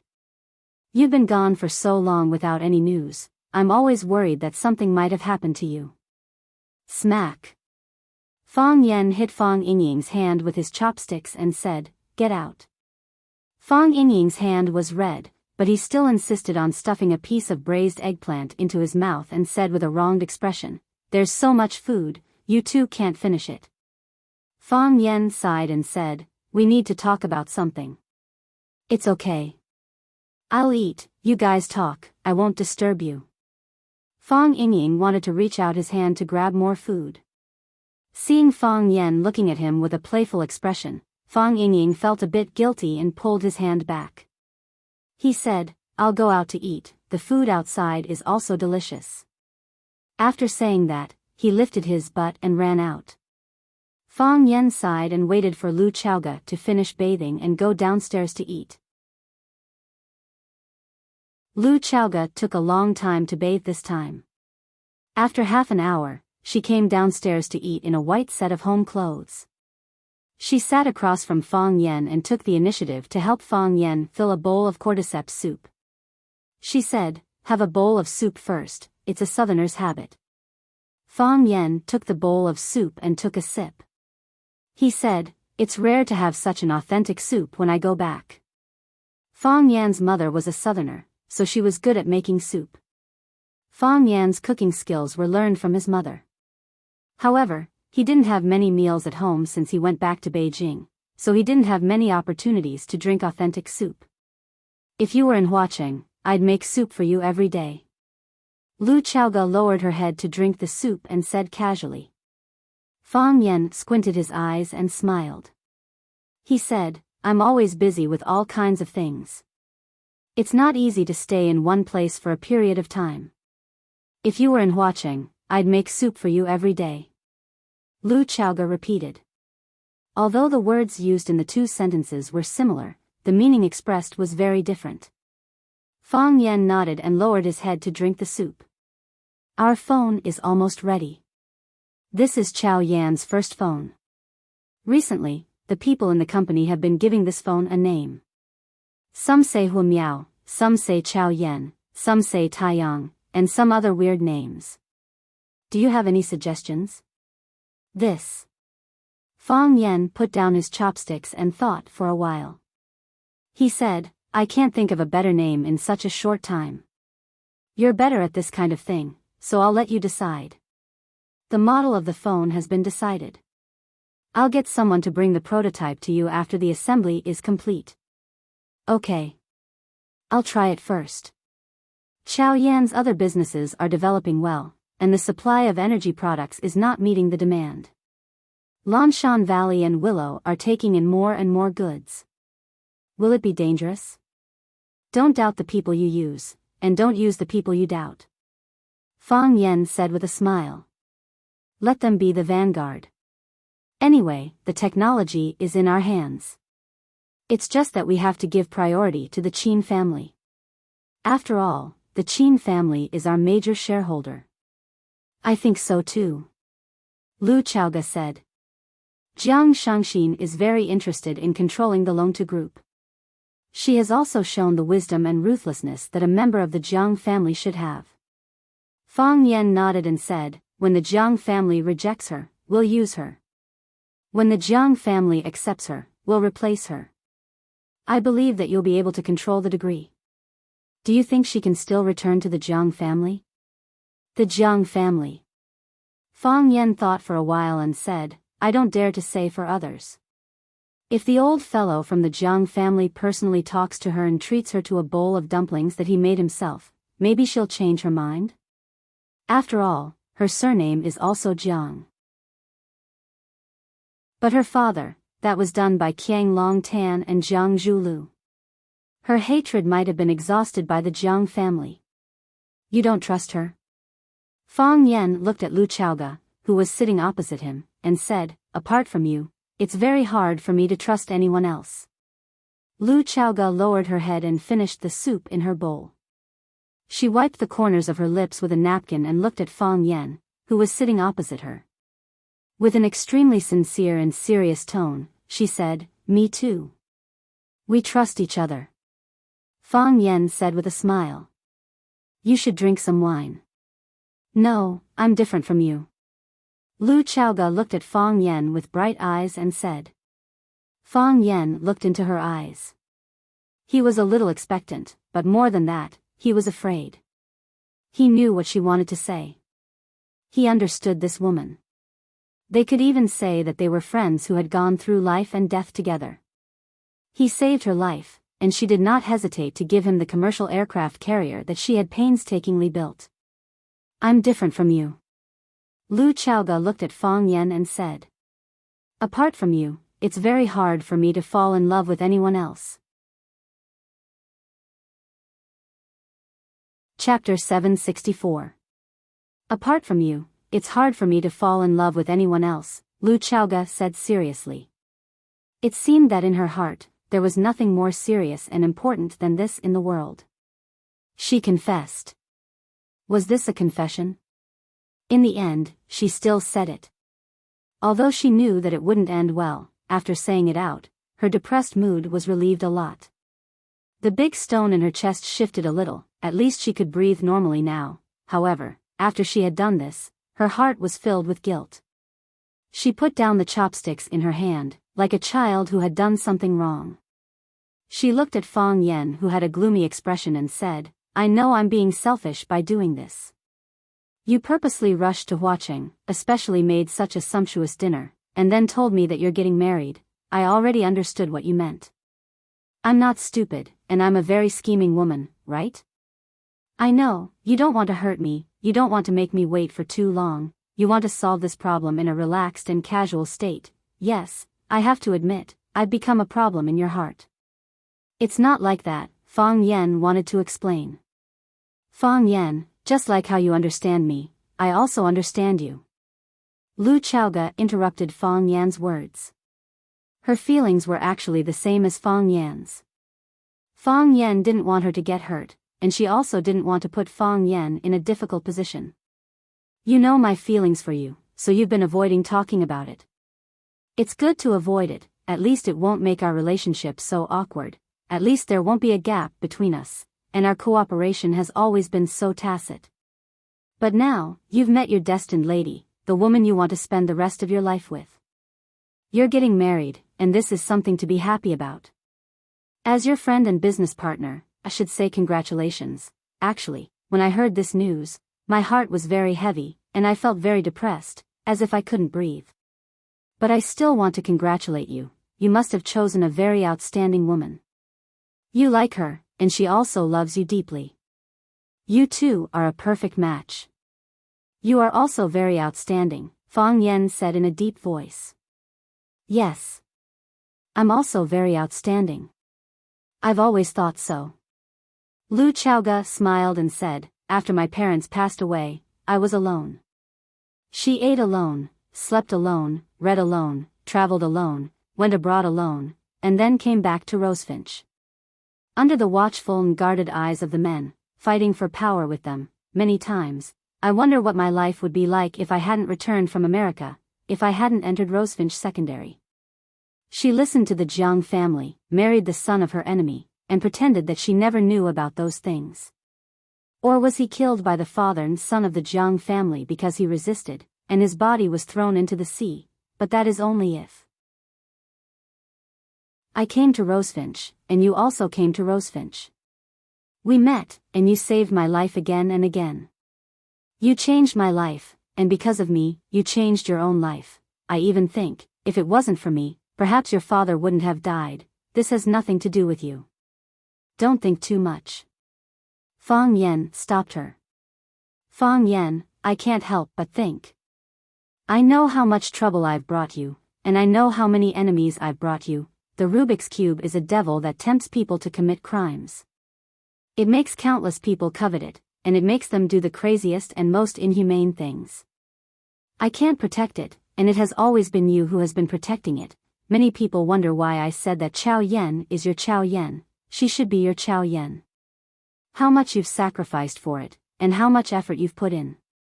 Those people don't know, but I remember it in my heart. So, during the 3 years you were gone, no matter how difficult it was, no matter how dangerous it was, I gritted my teeth and persevered. I told myself, Lu Chaoga, you must hold on. They want to defeat you, and they want to take away the Rubik's Cube from your hands. This Rubik's Cube is not only the blood and sweat of your parents, but also the blood and sweat of Fang Yan, because they've sacrificed too much for it. Before I met you, my biggest dream was to avenge my father. I've been looking for an opportunity to let the father and son of the Jiang family get what they deserve, but I know better than anyone that I'm no match for them. If I show even the slightest flaw, I might be killed by them, do you know? I've even prepared to accept Jiang Zhulio's proposal. Because only then, I can have the chance to do what I want to do. And only then, can I let down the Jiang family's guard against me. Can you understand that? I've endured that kind of vigilant gaze every day, as if they're guarding against a thief, for more than 10 years. Every day, every year, it's the same. In fact, I've already given up all hope. I know it's hard for me to fight against the father and son of the Jiang family, but at that time, you appeared. You gave me the courage to refuse, and you also gave me the hope to avenge my parents, and indeed, you helped me do it. You may not be able to imagine how happy I was when Qiang Longtan and Jiang Zhulu got the punishment they deserved, when the part of Longtu group that originally belonged to my parents returned to me, because it meant that my parents could finally rest in peace in the underworld. They could finally heave a sigh of relief, close their eyes quietly, and rest for a while. When they saw that I was living in my enemy's house, they must have been so worried that they couldn't sleep well, right? Fang Yan, I'm 29 years old this year. If I can only live to 60 years old, I've already lived half of my life. The first half of my life, I lived for revenge, but what am I going to live for in the second half? In the past, I thought that I wanted to build an economic empire for you, and I wanted you to have the strength to fight against any enemy, no matter if your opponent was the Jiang family or any other family. Chao Yen would always be your strong shield. I wanted Chao Yen Technology to become the world's #1 energy company, and I wanted you to become the richest man in the world. I thought I could do it, and I never dared to slack off. Because this is what I promised you, so I must do it. Actually, you don't have to do that. You don't have to work so hard. Lu Chaoga smiled bitterly and shook her head. Fang Yan, apart from this, what else can I do? My parents are gone, and my aunt is also gone. I don't have any relatives in this world, and even my friends are pitifully few. Tell me, what should I live for? People have to do something when they're alive, right? They have to have some spiritual support, right? Don't worry, I'm not telling you this to make you change your mind. Lu Chaoga had a slight smile on her face, as if she was laughing at herself for saying such words and doing such things. When a man told you that he was going to get married, she jumped out and said that she liked him, loved him, sacrificed so much for him, and was pitiful and lonely. This kind of behavior was really unforgivable. I've said it before, the woman you choose must be an excellent woman, and it must be the woman you love deeply. No matter what, I still want to say my blessings to you, Fang Yan. I hope you will be happy and blessed. Thank you, Fang Yan said gratefully. But, since I said such words and did such things that are hard for people to accept and understand, I still want to ask. I know that if I don't do this, I may not have another chance in the future. Is this the last time I ask you to stay? Or is it an attempt? No matter what, Fang Yan, I want to ask you, do you like me? If it's possible, I think it's good for us to get married. You can focus on what you like to do, and you can pursue the martial arts you want. I'll take care of your business, give birth to a few children, clean up your house. We can live here, or we can buy a bigger house. I know what kind of food you like to eat, I know what kind of flavors you like, I remember every single one of them. We can live together, not alone, alone after work, alone for dinner, alone for TV, alone for sleep, alone for wake up, alone for shopping, alone for couples accessories. Chaoga, Fang Yan tried very hard to open his mouth, but he didn't know what to say. Say, okay, let's get married, get off work, eat, watch TV, sleep, get up, go shopping together, buy couples accessories together. Say, let's get married, you'll give birth to my children, clean up my house, and take care of my life, and make me the happiest man in the world. Or say nothing, walk over, and hold her tightly in his arms. Fine beads of sweat began to appear on Fang Yan's forehead, and even his legs began to tremble. This was the most difficult choice he had ever encountered in his life. Whether in the past or in the future, there shouldn't be a moment more difficult to choose than this one. Lu Chaoga nervously waited for Fang Yan's answer, waiting for his final choice. But when she saw that he was even more nervous than she was, she began to feel sorry for him. Why did she have to make things so difficult for a man? She pushed the chair away, stood up, walked over to Fang Yan, and leaned over to kiss Fang Yan's lips. She desperately asked for it, putting her lilac tongue into Fang Yan's mouth, twisting and stirring. A long, long time passed. She pushed Fang Yan away, panting, and said with tears in her eyes, "Fang Yan, I know your answer. This time it's true. I wish you happiness." Chapter 765. Lu Chaochao had been gone for a long time, but Fang Yan was still sitting at the dining table without moving. Love is fulfilling, but love is also a risk. Love is being together, but love is giving up. His heart was in a mess. Fang Yan had never experienced a more difficult choice than this, and he had never encountered something more heart-wrenching than this. He had expected this scene, but he still underestimated Lu Chaoga's persistence. Fang Yan thought that after he told Lu Chaoga that he was going to get married, Lu Chaoga would still expressionlessly say, "Is that so? Congratulations." Because he knew Lu Chaoga, he knew her modesty, was familiar with her self-control, and knew how proud a woman she was. How could she be like an ordinary woman and try to retain a relationship? How could she do something so lowly? But she did it, frank and direct, without any disguise. Lu Chaoga. Fang Yan's heart was heavy, repressed, and also a trace of joy. As a normal man, who could completely ignore a confession of this level of beauty? Fang Yan asked himself in his heart, with an extremely serious attitude. His feelings for Lu Chaoga. What were they like? Do you like Lu Chaoga? Lu Chaoga was like a ripe fruit, beautiful, cool, and full of elegance. If it was just based on appearance, any man would find it hard to refuse the favor of such a beauty. Lu Chaoga was very smart, and it could even be said that she was quite intelligent. She controlled a huge energy empire. When Chao Yan technology was just starting out, when Fang Yan left watching because of mourning, she relied on her own strength to deal with various forces, and encountered countless attacks and assassinations. Until now, she was still alive, and she made Chao Yan technology grow rapidly. Although it had the support of the Qin family behind it, if it didn't have a powerful ship commander, could this commercial giant ship expand so drastically? Lu Chaoga was not weak. Perhaps in many people's hearts, she was known as a schemer. It was also for this reason that he had some conflicts with Fang Yan back then.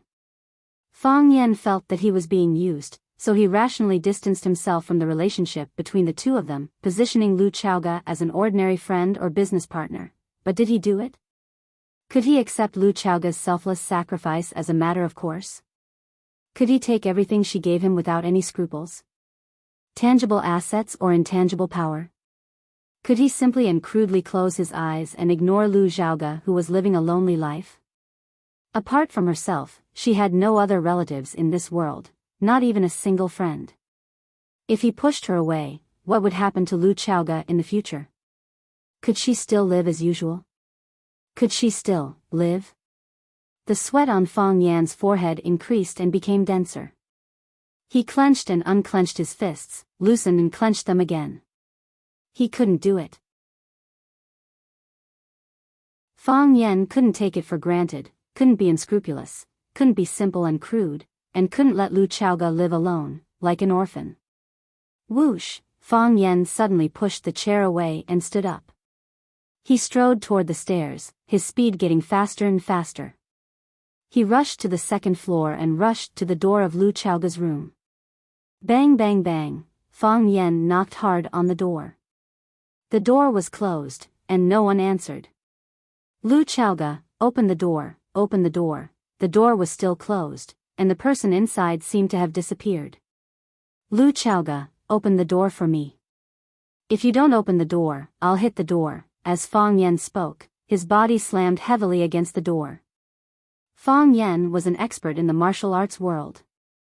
Although the heart of Tai Chi had disappeared, he was still an expert, an expert, an expert. Under his heavy impact, even though the door of the villa was made of solid wood, it couldn't withstand it. Kacha, the door broke, and an irregular hole appeared in the middle.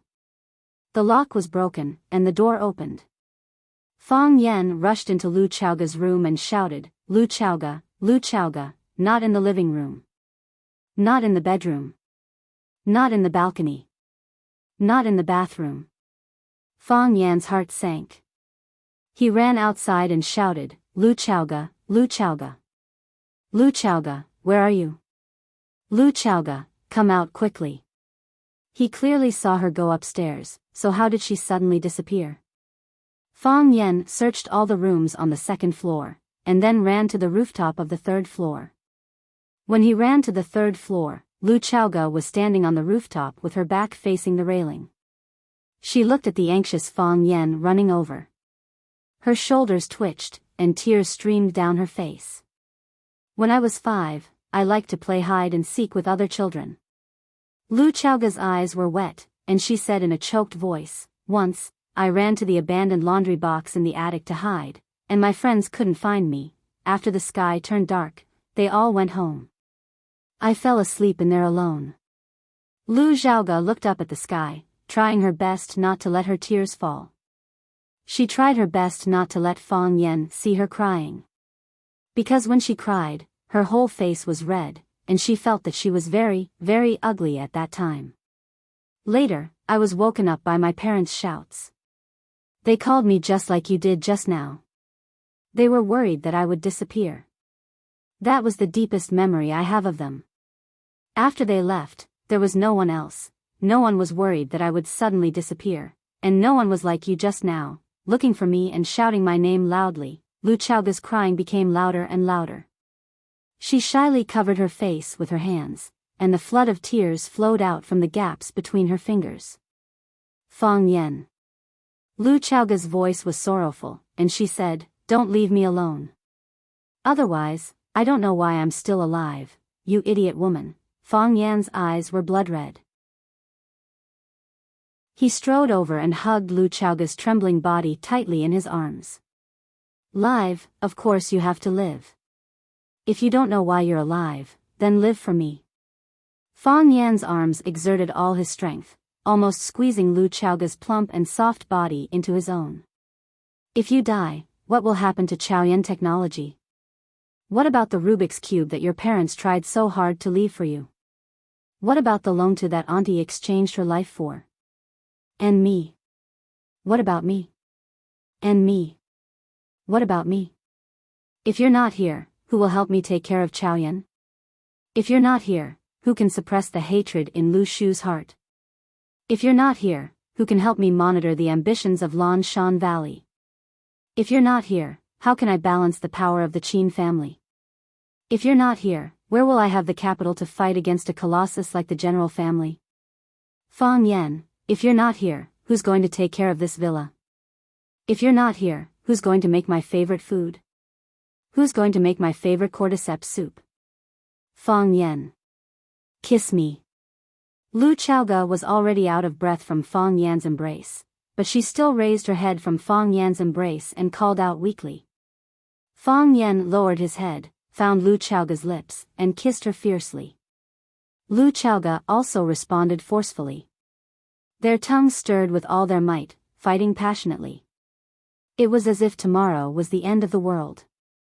Fang Yan sucked the sweetness from Lu Chaoga's mouth, and his nose smelled her enchanting body fragrance. Her body was so soft, like a ball of cotton candy. Fang Yan's hands wandered around Lu Chaoga's body, stroking her slender waist, and then moved to her plump and perky buttocks. Because he didn't have much experience, and subconsciously felt that this was a very attractive part. So he rubbed it very hard, almost crushing Lu Chaoga's buttocks. Lu Chaoga's body temperature was also rising. She didn't feel any pain at all, she felt like she was about to melt. Her legs had no strength, so she hooked her arms around Fang Yan's neck, letting Fang Yan bear all her weight. Her mouth was still blocked by Fang Yan's, and their tongues were entangled. Her breath was heavy, emitting a fragrant smell and seductive moans. The sound was longer and longer, and each time more painful than the last was the best aphrodisiac in the world. Because of the excessive passion, the sea of qi in his dantian once again burned. First it was a little bit of starlight, then it became a prairie fire, turning into a vast sea of fire. Fang Yan's face was flushed, his mouth was dry, and he felt like his body was about to explode. He wanted to conquer, he wanted to release, he wanted more softness. Fang Yan suddenly picked up Lu Chaoga's body from the ground, took 2 steps forward, and then pressed her back against the railing on the roof. His hands were no longer satisfied with patrolling her back, he began to attack the front. Rip! He crazily tore the coat on Lu Chaoga's body. The thin fabric was torn to pieces without any resistance. Lu Chaoga's delicate shoulders were exposed, and her snow-white breasts that were bound by her black underwear were also exposed. The black gauze tightly wrapped the two softness, and the black ribbon outlined them into the world's most perfect figure. They were high and swollen, proudly displaying their extreme seduction, even if they wanted to reject it. This large mass of snow-white tenderness stimulated Fang Yan's blood. He let out a roar that sounded like a wild beast seeking a mate. The sky was dark. When Yuya, who had just revealed a corner of her face, saw this scene, she quickly pulled a cloud in front of her to cover her blushing face. Chapter 766. Women often scolded men as animals that thought with their lower bodies. Women would tell countless lies in their lives, but this sentence was absolutely true. However, one thing that needed to be corrected was that most men were animals that thought with their lower bodies, except for those old people who had lost their sexual ability. The fire was burning, and the desire was roaring. Fang Yan's body temperature was getting higher and higher, and his face was getting redder and redder. Even his body had begun to emit a hot smoke. His body and forehead were dripping with sweat, and his hair and clothes were already soaked with sweat. Lu Chaoga, who was being pressed against the railing by Fang Yan, finally noticed Fang Yan's abnormality.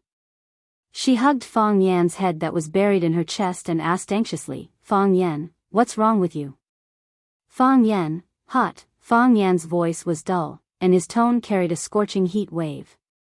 She didn't notice it when she was under the control of lust, but now that she was sober, Lu Chaoga felt a burning pain in her body, as if a red-hot iron was tightly attached to her skin. Her skin was tender and white, especially her chest, which was softer than the softest dough and whiter than the whitest snow. However, after Fang Yan's rough and somewhat violent torment, squeezing, twisting, and burning, her body had already turned green and purple. It looked as if Fang Yan had a penchant for SM, and the beautiful woman at home had just suffered inhumane torture. "Fang Yan, are you okay?" "Let me see." Lu Chaoga wanted to push Fang Yan away, wanting to see what had happened to Fang Yan. But no matter how hard she tried, she couldn't push Fang Yan away. How could her strength be compared to Fang Yan, who had already fallen into a state of madness? While she was pushing Fang Yan with all her might, Fang Yan desperately moved his body closer to hers. He was a piece of burning coal, and Lu Chaoga's body was the glacier that he longed for. Demand. Desperately searching for more. Fang Yan's body knew what it needed, and he was working hard to find it. In this way, Lu Chaoga had to work harder and harder. She couldn't hold down Fang Yan's head. She couldn't push Fang Yan's body away. Her clothes were torn to shreds by Fang Yan.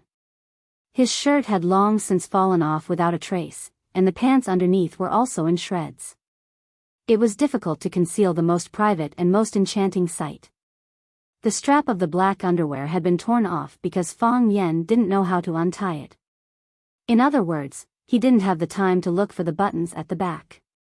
With a flick of his finger, the extremely flexible shoulder strap snapped. The broken elastic strap rebounded and hit her smooth and fleshy shoulder, leaving a clear red mark.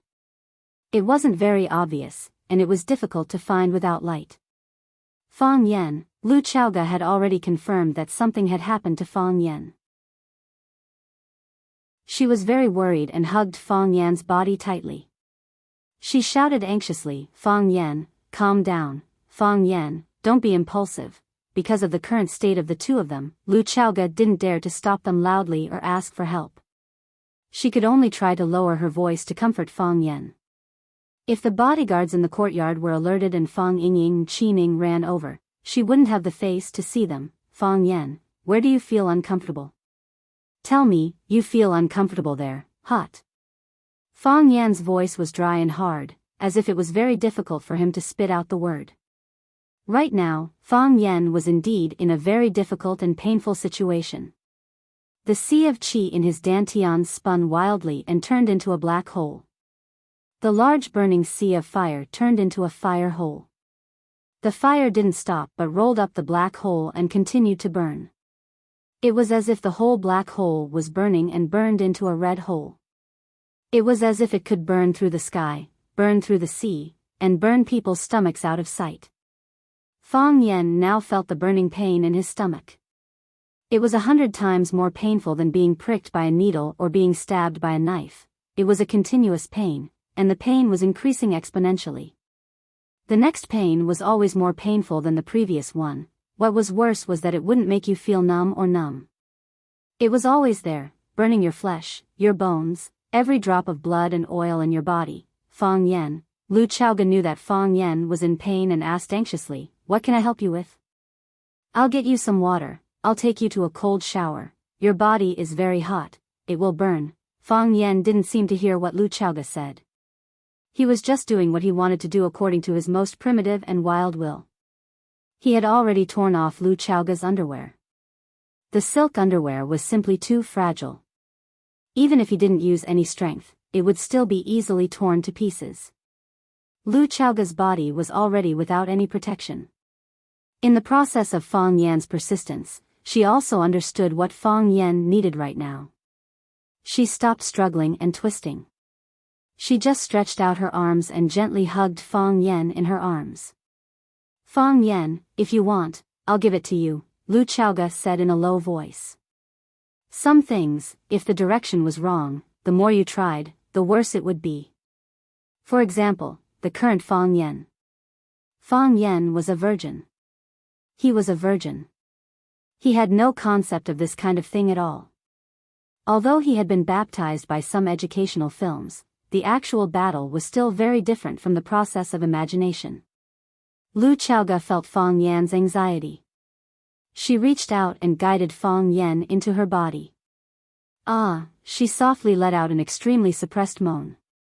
The two people's souls and bodies were completely fused together. Fang Yan hesitated a little. He felt that he had entered a strange environment. Then, he began to crazily attack like a storm. At this time, Fang Yan was like a burning beast, full of lethality and aggression. When Fang Yan opened his eyes, the room was dark.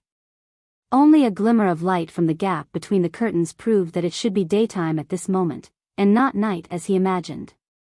Fang Yan opened his mouth, but no sound came out. He felt that his throat was filled with sand. Every time he said a word, those words were absorbed by the sand, and he could not spit them out.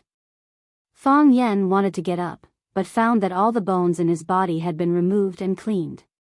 It was sour, painful, and had a different lubricating feeling than before. He climbed up with difficulty and pulled a pillow to lean against his back. Then, he tried hard to recall what happened last night. Lu Chaoga disappeared, and I went everywhere to look for her. Fang Yan remembered this scene very clearly. He could even remember his anxiety at that time.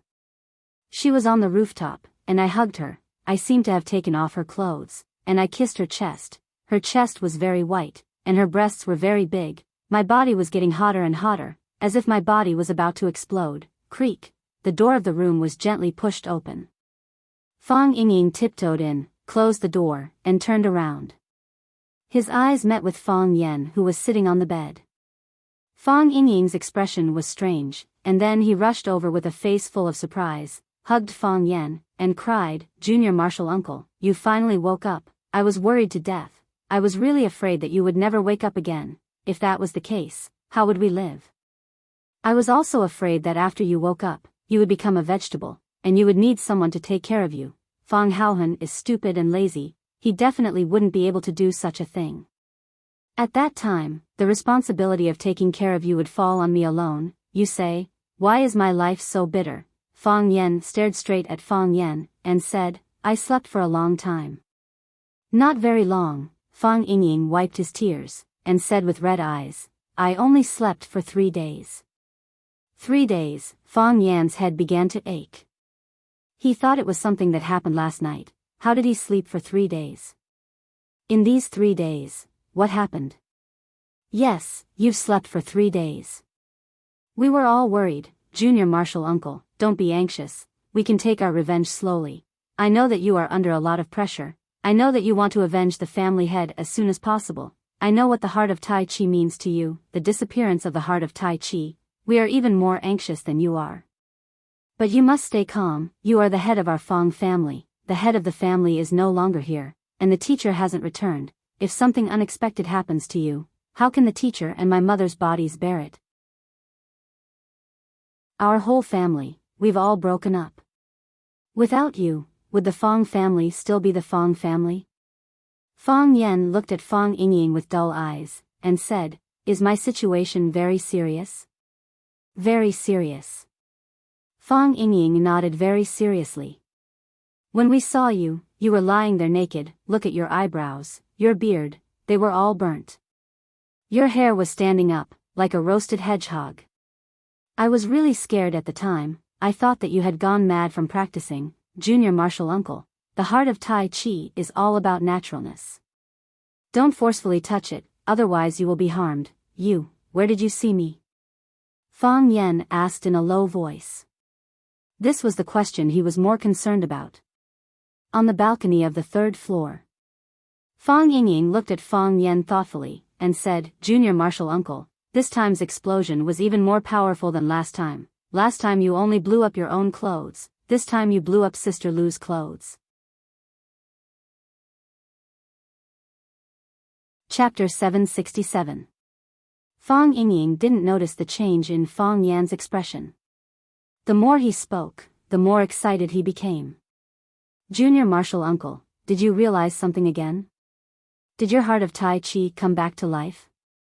I knew it, last time, it was because of the resonance with Mr. Music Addict's music that your clothes exploded. Is this the same as last time? Where did you and Sister Lu resonate?"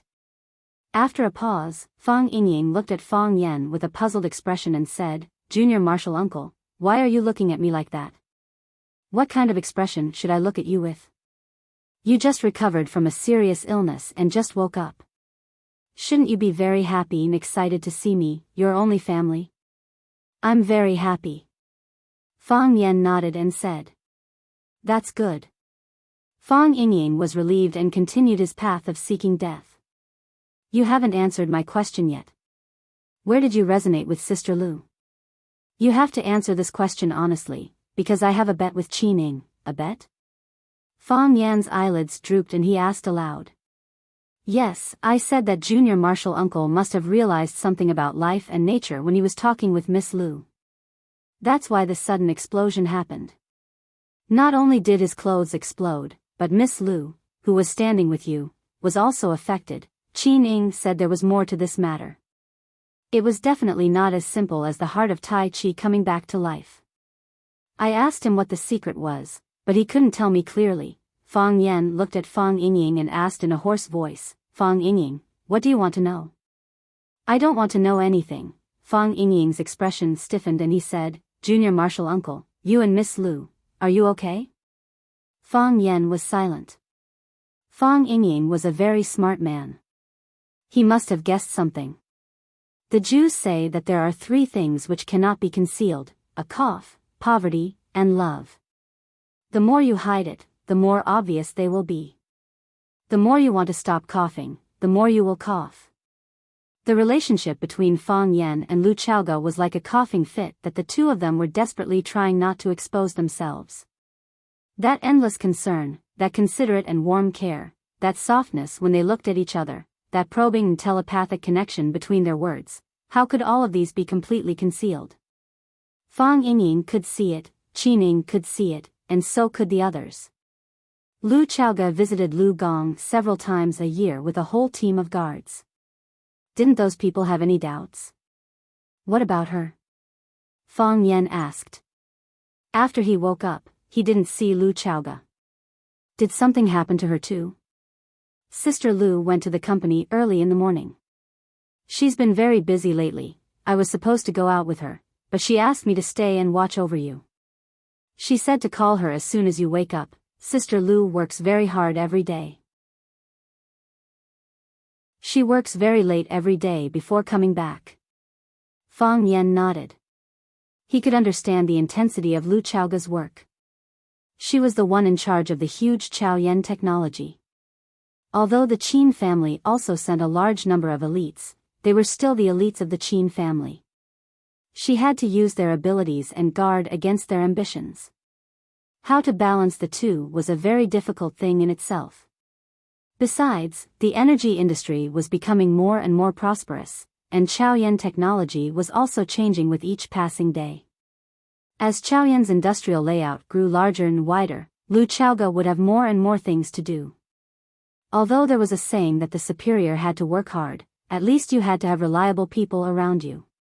Chaoyan technology was a high-end energy industry, and the Rubik's Cube technology was the life of the entire Chaoyan.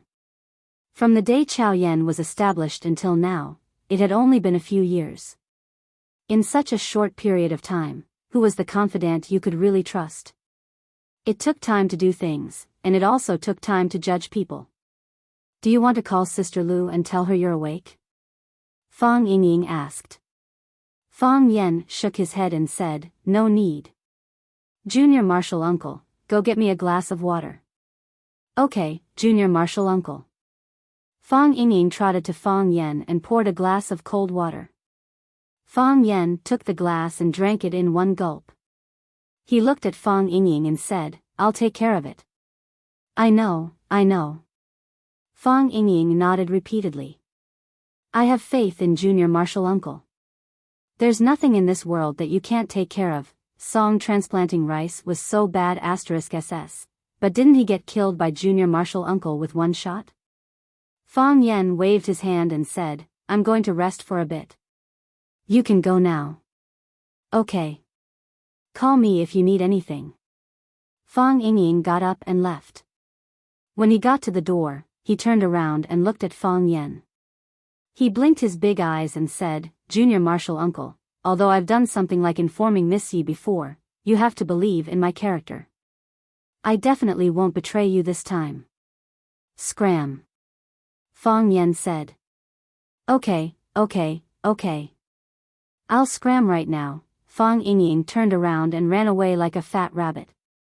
Fang Yan put the cup of water on the bedside table and began to think of a solution to this matter. I should talk to her first, Fang Yan thought. When Fang Yan heard the car outside, he knew that Lu Chaoga was back. He got up from the bed and peeked through the gap in the curtains. Fang Yingying ran like a lackey to help open the door. Lu Chaoga, who was wearing a silver uniform, came down from the RV. She first stretched out a foot, then her slender, plump, and beautiful leg.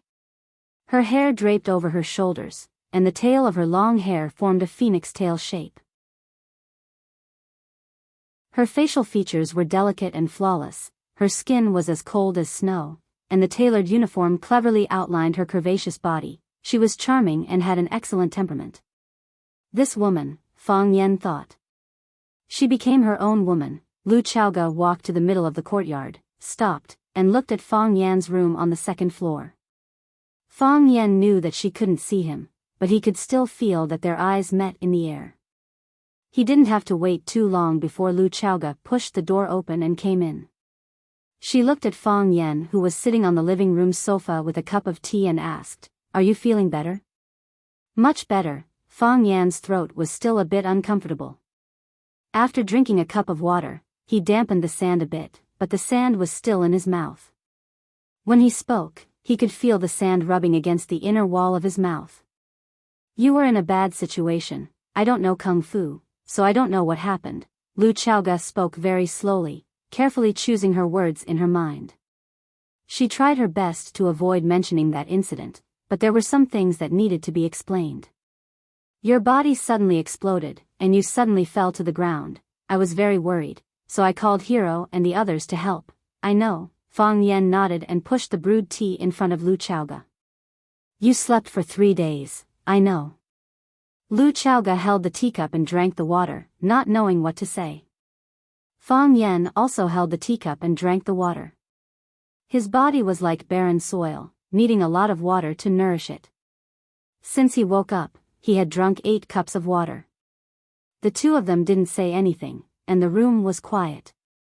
In the past, Fang Yingying and Qining liked to play around in the courtyard, but today, they noticed something and also became quiet.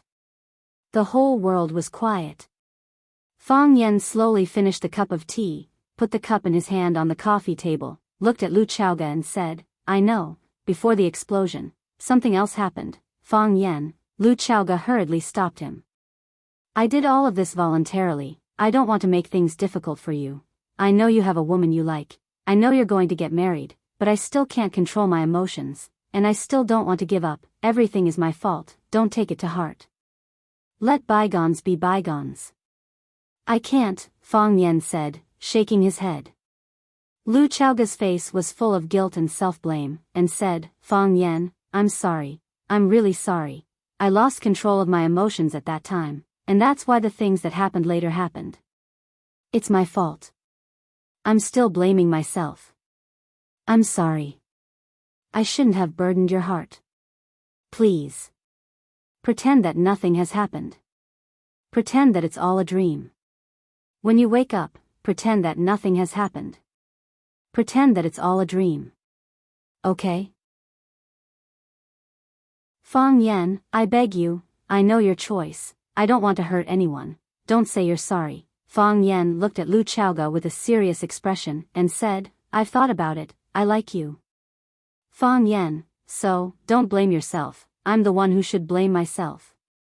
Don't say you're sorry, I'm the one who should apologize.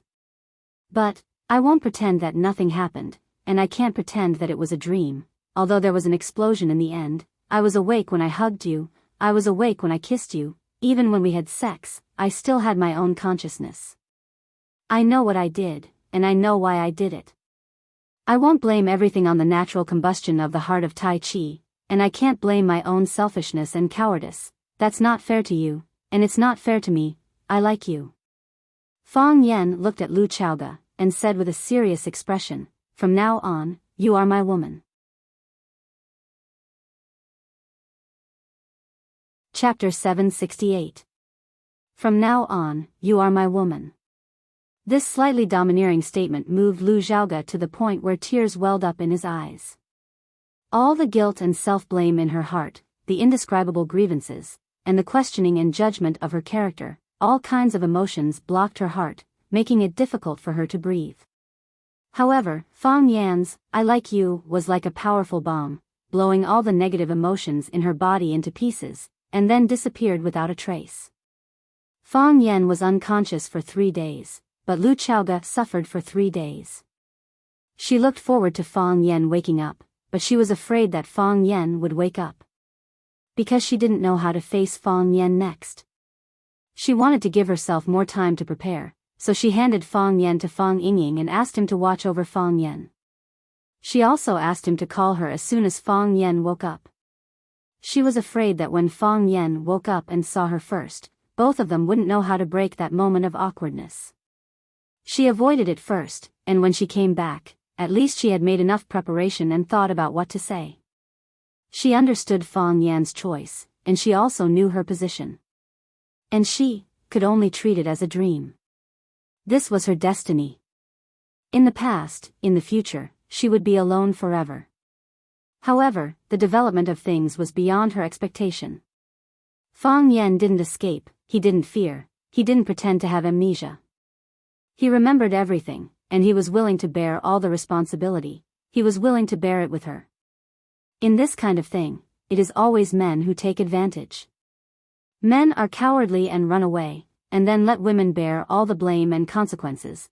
Fang Yan looked at Lu Chaoga and said with an unprecedented serious expression, You also know that I am not a man who refuses to take advantage of others. My code of conduct and moral bottom line have always been very low, but I won't deny it, and I can't deny it. I won't pretend that nothing happened. As I told you just now, I like you, and you are my woman now. I like your beauty, I like your figure, I like your sexiness, I like your intelligence, I like how you remember every dish I like to eat, and I like how you treat me well. I need you, and Chao Yan also needs you. I don't want you to be alone. I have experienced that feeling. during the 3 years when I was guarding my father's grave, I almost didn't talk to anyone else. I felt that I was the only living being in this world, no one to share your happiness, no one to comfort you when you are sad, but in fact, I know that I have people who really care and care about me. My mother is still here, my grandfather is still here, and all of you are still here. My loneliness is something I have forced upon myself, because every single one of them wants me to come home as soon as possible. But you are different. If you are lonely, then you are truly lonely. I cannot bear to let you live like this alone, without even a little support and warmth in your heart. I like you, and you like me, and we had sex, so, you don't have to apologize and blame yourself anymore. If you need to apologize and blame yourself, then let me do it. Whether you did anything wrong or not, you are my woman now, so you should let me bear all of this. Fang Yan, this will make things very difficult for you. I know you are in a difficult position in the middle. Fang Yan reached out to grab Lu Chaoga's hand and said, everything is difficult, but I still have to do it. Only by doing my best can I not let down the deep love you have for me. Fang Yan, actually, you don't have to do anything. I've already thought it through. I'll stay in Huacheng for the rest of my life. I'll live in this apartment. I'll help you look after Chao Yen. I'll help you make it the biggest energy company in the world. If you're willing, give me a child. If you are not willing, I will live here alone. I will have a lot of things to do, I will be very busy every day. Lu Chaoga held Fang Yan's hand tightly and said, I understand your feelings, I know you are there, you also like me, you didn't leave. At that time, I won't feel lonely. Fang Yan shook his head and said, leave this matter to me, I will take care of it. After a pause, Fang Yan said, I will talk to her. Seeing the worry on Lu Chaoga's face, Fang Yan comforted her, don't worry. Wen Qing is a very good person, I'm afraid that she will hit you, Lu Chaoga said in a small voice. Fang Yan exploded again. Just like the last time at the Maple Leaf Club in Beijing, his clothes had exploded and he had run around in a circle with his buttocks bare. This time, his situation was a bit better than last time. First, when his clothes exploded, he wasn't standing in the middle of the crowd. Secondly, at the moment his clothes exploded, he was already naked. Therefore, this result of the explosion was acceptable to Fang Yan. However, after the explosion, Fang Yan couldn't help but think about another question. Why did it explode? Just like Fang Yingying's question, did I explode because I realized something? Or could it be that he had unlocked some new skills? After he woke up, he carefully tried to feel the heart of Tai Chi, still nothing happened. What was different was that the unbearably hot gas in the middle of his Qi Si was gone. In other words, even if Fang Yan wanted to forcibly use his Qi, he wouldn't have to endure the pain of being burned. Fang Yan's Qi Si also disappeared along with the volcano. That's right, Fang Yan's Qi Si also disappeared. The area became empty and became a deep, transparent hole. Strangely, the Tai Chi fish were still there. The black and white Tai Chi fish swam back and forth in the transparent hole as if they were alive. However, was this change good or bad? Why hadn't the heart of Tai Chi awakened yet? These days, Fang Yan had been thinking about this question, but because he didn't have the experience of others, he couldn't figure out which one was right. Longtu Building. A champagne-colored Bentley stopped in front of the building. The bodyguard in the passenger seat quickly jumped out to open the door for the man in the back seat, but the man had already opened the door and got out. General Xing looked up at the majestic building in front of him and said to Li Guochang, who was beside him, I came here a few years ago. At that time, Longtu Group was like the sun in the sky, and it was the most promising energy industry in the whole of Huacheng. After a few years, Longtu Group has become a thing of the past. On the other hand, Chaoyan Technology, which was established not long ago, is thriving and has become the leading energy company in Huacheng, even the whole of Huaxia. Li Guochang sighed softly and said, Qiang Longtan was an ambitious and ruthless person, but he didn't expect that he would die in such a humiliating way, and his only son would be sent to prison. I have to say, Fang Yan is really ruthless. It's fine if he doesn't make a move, but once he does, he tortures people to death. The Jiang family has completely collapsed. Other than Longtu Group, the other properties of the family have been cleanly divided up by others. It's said that the Ren family wanted to get involved, but one of their legs was broken by Fang Yan. Only that poor woman, Ren Jin, begged everywhere to get her son out of prison. The problem is, who would give her face now? Jiang Zhulu can only sit in prison for a long time. General Xing shook his head and said, the flag on top of the city wall will be changed. I don't know if the flag of our Jiang family can be placed on top of the city wall of Longtu Group. Li Guochang smiled and said, it depends on whether Miss Shangxin remembers the old times. No matter what, she has the blood of the Jiang family flowing in her veins.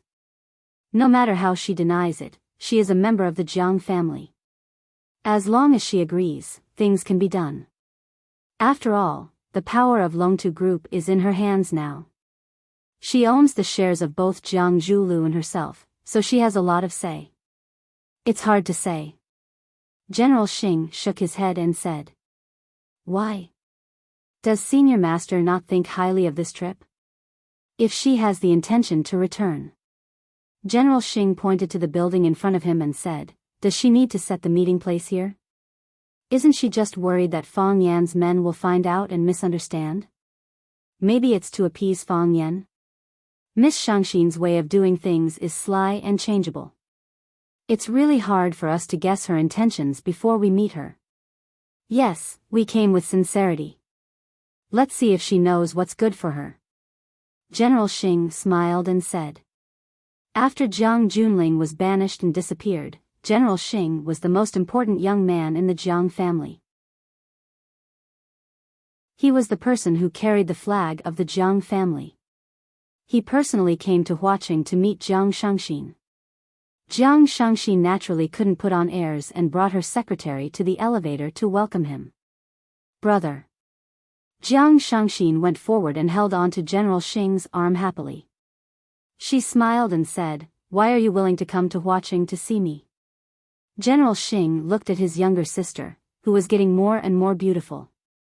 He sighed and thought that Jiang Zhulu was really unlucky. Since you don't want to return to the Yen capital, I can only come to Huaqing to see you. Why? Are you not willing? Of course I'm willing. Jiang Shangxin smiled and said. It's best if you can stay in Huaqing in the future. In that case, we can see each other often. I want to stay in Huaqing, but I have to get Grandpa's permission first.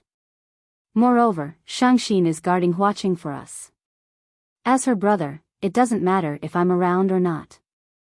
Am I right? Jiang Shangxin giggled but didn't respond to General Xing's words. Miss Shangxin, long time no see. Li Guoqiang also greeted Jiang Shangxin with a face full of smiles. They were already familiar with each other in the Yen capital. Guoqiang, long time no see. You seem to be looking good recently. Miss Shangxin's complexion is really good and she's getting more and more beautiful. What's that saying again? A person is more beautiful than a flower. Isn't that right? Chapter 769. The three of them sat down in Jiang Shangxin's office. The secretary served them tea and left respectfully, not forgetting to close the office door. Jiang Shangxin looked at Li Guoqiang and said with a smile, if someone else were to praise me like this, I would think that they were trying to flatter me. However, I don't think that Brother Guoqiang is a man who likes to lie. Brother Guoqiang, you are getting married soon, right? I heard from Wang Pei and the rest that you and Jiang Yuzhen are getting married soon. The women from the Jiang family are not bad, right? Li Guoqiang smiled blissfully and said, that depends on whether young master agrees. If he agrees, we can get married tomorrow. Li Guoqiang wanted to marry into the Jiang family. He was determined to follow the general. General Xing waved his hand and said, if I could make the decision, would let you guys get married tomorrow. However, the elders in the family should speak for such matters. Furthermore, you guys have only been engaged for a few days. Aren't you afraid of being laughed at by others? What's there to laugh at? It's natural for me to be anxious to marry a wife. The three of them chatted and laughed for a while. The atmosphere became livelier and the barrier in everyone's hearts gradually disappeared. Li Guoqiang then went into the main topic. He looked at Jiang Shangxin and asked, "Shangxin, are you going to settle down in Huaqing?" Jiang Shangxin knew that everyone was going to be honest with each other. Leaning back slightly, she crossed her right leg over her left leg and got into a defensive stance. Smiling, she said, "How can you be so sure about such things? However, now that transportation is so advanced, what's the difference where I stay? Even if I stay in Los Angeles, I can get to Yanjing in the blink of an eye." Li Guoqiang knew that Jiang Shangxin was avoiding the core of his question and didn't want to hide it anymore. He took the initiative to get to the point and said, "Shangxin, what do you think if the Jiang family buys the shares of the Longtu Corporation that you are holding? Logically speaking, this is a private matter of the Jiang family. As an outsider, I shouldn't interfere. However, didn't Shangxin say that Yuzhen and I are getting married soon? We will be a family in the future. Even blood brothers should settle accounts clearly, and it's the same for blood siblings. If you have any conditions, please state them. I believe that the eldest young master and the Jiang family will do their best to satisfy your reasonable requests." "Brother Guoqiang, aren't you treating me like an outsider? You've already said that we're a family. What's the difference between me taking control of the Longtu group and the family taking control of the Longtu group? Am I not a member of the Jiang clan?" Jiang Shangxin's words were sharp and he did not dare to admit defeat easily. "I said the wrong thing." Li Guoqiang patted his mouth lightly and said with a smile, "Of course Shangxin is a member of the Jiang family. It was like that in the past, and it would always be like that. Was there a more intimate relationship than the inheritance of flesh and blood? However, Shangxin had misunderstood my intentions. When I said that the Jiang family wants to buy the shares of Longtu Group from you, it was to compensate you personally. You married into Flower City on your own, and you've experienced many things. It wasn't easy for a girl to maintain the family business by herself. She was a member of the Jiang family, so she could give everything she had to the Jiang family for free. But it's not fair to you. Young master must not feel good about it either. Don't you think so? Brother Guoqiang, I didn't misunderstand your intentions. I just feel that it's strange. Since you said that I'm a member of the Jiang family, then can't I just take care of the Longtu group? Why did we have to talk about buying it and giving it away? Don't tell me that the Jiang family suspects that I'm not on the same side as them and will do something that will harm the Jiang family's interests." Li Guoqiang took a glance at General Xing and thought to himself, "This sister of yours is very difficult to deal with." General Xing continued to drink his tea with a smile on his face, as if he hadn't heard the conversation between the two of them. Seeing that General Xing did not speak, Li Guoqiang had no choice but to continue negotiating with Jiang Shangxin. He said, "Shangxin, you know the current situation very well. The Jiang family and Fang Yan are like fire and water. The old master would rather chase Jiang Junling out of the Jiang family than propose a reconciliation. Do you really want to stand on Fang Yan's side and become enemies with the Jiang family? This is a matter between the Jiang family and Fang Yan. I'm only in charge of taking care of my Longtu group. There's no conflict, right? However, most of the shares in the Longtu group are in the hands of Fang Yan and the rest." Li Guoqiang looked at Jiang Shangxin's gentle and charming face and said, "The reason why you're able to sit firmly in the position of Longtu group is because of Fang Yan's trust, right? So, just because I have Fang Yan's trust and because Fang Yan asked me to manage the Longtu group, I can't manage the Longtu group for the sake of the Jiang family? I need to let go of everything that I have now? That's not what we meant." Li Guoqiang denied this statement and said, "Even if you sell the shares to the Jiang family will still appoint you to be in charge of the affairs of the Longtu group. This is because it should have been yours to begin with. What if Fang Yan doesn't agree at that time?" Li Guoqiang grinned and said, "That will depend on how you consider it." Jiang Shangxin's gaze stopped on General Xing's face. She smiled and said, "Big brother, how do you think I should answer this question?" General Xing couldn't remain a bystander anymore since Shangxin had forcefully dragged him into this. He looked at Jiang Shangxin and said sincerely, "You haven't been back to the Swallow capital for a while. Grandpa wanted to have a good talk with you, but he didn't want to call you back just because of this. He knows that you have been busy recently. However, everyone in the Jiang family still treats you as a member of the Jiang family." Jiang Shangxin looked at Jiang Shangxin and said sincerely, "You haven't been back to the Swallow capital for a while. I know that you have some prejudices against the Jiang family. I know some of those things, and there are some things that I don't know about. However, just because you have conflicts and prejudices, are you no longer a member of the Jiang family? Are you prepared to stand on the opposite side of the Jiang family on your own?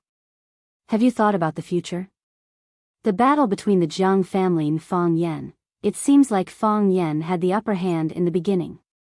However, at that time, his opponent was only Jiang Junling, a member of the Jiang family. Now, a long time ago, his opponent was the Jiang family, the entire Jiang family. Based on Grandpa's character, would he tolerate Fang Yan slapping the Jiang family's faces and kicking their butts? General Xing's gaze was sincere and his attitude was amiable. With a worried look, he said, "You have a good relationship with Fang Yan, and Fang Yan supports you in controlling Longtu. In the short term, this is very beneficial to you. However, when the Jiang family really launches an attack on Fang Yan, when the Jiang family tramples on Fang Yan, what will you do then? Shangxin, you can reject me. You can also tell me that you will consider it again. However, have you thought about how you will answer Grandpa's question if he personally talks to you about it?" Seeing that Jiang Shangxin was silent, General Xing patted her shoulder and stood up. He said, "I still need to stay in Huaqing for 2 more days. You have 2 days to consider. Shangxin, no matter what, we are a family. Your surname is Jiang, and the blood of the Jiang family flows in your body."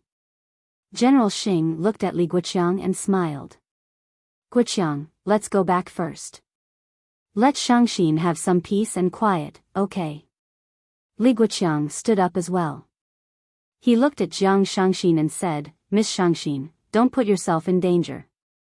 It is not easy for women to do things, and it is even more difficult to do things well. Think about it, Fang Yan has only been working hard for a few years. How can he be compared to the Jiang family, who have lived for hundreds of years? If the Jiang family really wants to take action, it is just a matter of charging forward. I will consider it carefully." Jiang Shangxin nodded and said. Jiang Shangxin stood up and sent General Xing and Li Guoqiang to the elevator. General Xing turned around and looked at Jiang Shangxin. He said, "Shangxin, the Jiang family owes you an official apology. In the past, I stood up and said this to you on behalf of the Jiang family. I am sorry. In the past, the Jiang family let you down. In the future, it will not happen again." Jiang Junling waved his hand and said, "You don't have to send me off. I know that you have been very busy recently." The elevator door closed. Jiang Shangxin was still standing at the entrance of the elevator in a daze. Could the Jiang family still be trusted now? Fang Haohan had been living a happy life, but Li Ye had been living a miserable life. Fang Haohan was happy because he could be by Li Ye's side all day, but Li Ye was unhappy because Fang Haohan had to be by her side all day. She had wanted to chase Fang Haohan back many times, but her godfather, Du Qing, did not agree to it. He said that Fang Haohan was an expert that he had specially hired to protect her. Looking at Fang Haohan's skinny body, he really did not look powerful. The typhoon season in Huaqing was coming. If there was a slightly stronger typhoon, Fang Haohan would probably be blown away, right? Li Ye started to look forward to the arrival of the typhoon season in Huaqing. Ever since the Qinghong internal conflict, Du Qing rarely took care of the Qingyun Corporation's matters. Some of the specific matters were handed over to Li Ye and her subordinates. She would only show her face when faced with major decisions. Therefore, Li Ye was very busy. She had just attended a banquet and was preparing to return to the company to handle some matters. She sat in the back seat of the Mercedes-Benz while Fang Haohan sat in the front passenger seat. Xiaoya, if you are tired, close your eyes and have a good rest, Fang Haohan, who was sitting in the front row, said gently. You have worked for 13 hours and 25 minutes straight today. Fang Haohan, Xiaoya, feel free to speak your mind. Although I am your bodyguard, I am more willing to be your nanny. I want you to promise me something. Not to mention one, even 10,000 will do. Don't call me Xiaoya.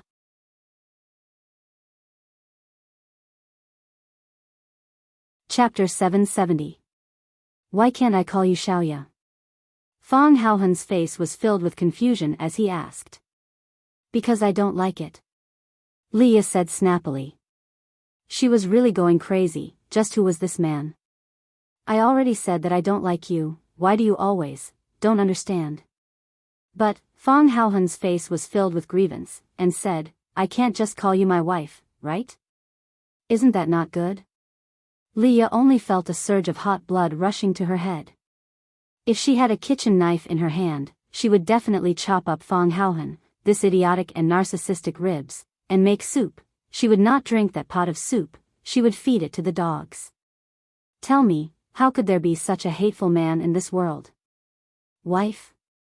Are you kidding? Who would want to be your wife? Leah was tall and beautiful, and was at the best age for a woman. She was the goddaughter of Qing Hong and Du Qing, and was now in charge of all the affairs of the Azure Cloud Group. Whether it was the disciples of Elder Qing Hong or the rich young masters outside, they all admired and flattered her. There were many men by her side, and there were countless outstanding men. Although there were no other men who could move her heart, but it was impossible for her to marry a weirdo like Fang Haohan, right? Leah tried her best to calm the anger in her heart, and looked at Fang Haohan with a serious expression, and said, Fang Haohan, just call me a hero. Fang Haohan grinned. That's what my friends call me. The friends Fang Haohan was referring to was Fang Yingying, because only Fang Yingying called him a hero, and he also called Fang Yingying a hero. Every time they called each other's names, there would be a wonderful feeling that there were only two heroes in the world. Fang Haohan, of course, Leah would not call him a hero. In her heart, Fang Haohan and a hero were not even close. In fact, they couldn't even be compared to the outstanding people in Green Red Army, who had dense tattoos all over their bodies, drank wine and ate meat, used gunny sacks to store money, and shot people with bullets. I know. You are Fang Yan's junior. He is my junior martial uncle. Fang Haohan said proudly. Yes.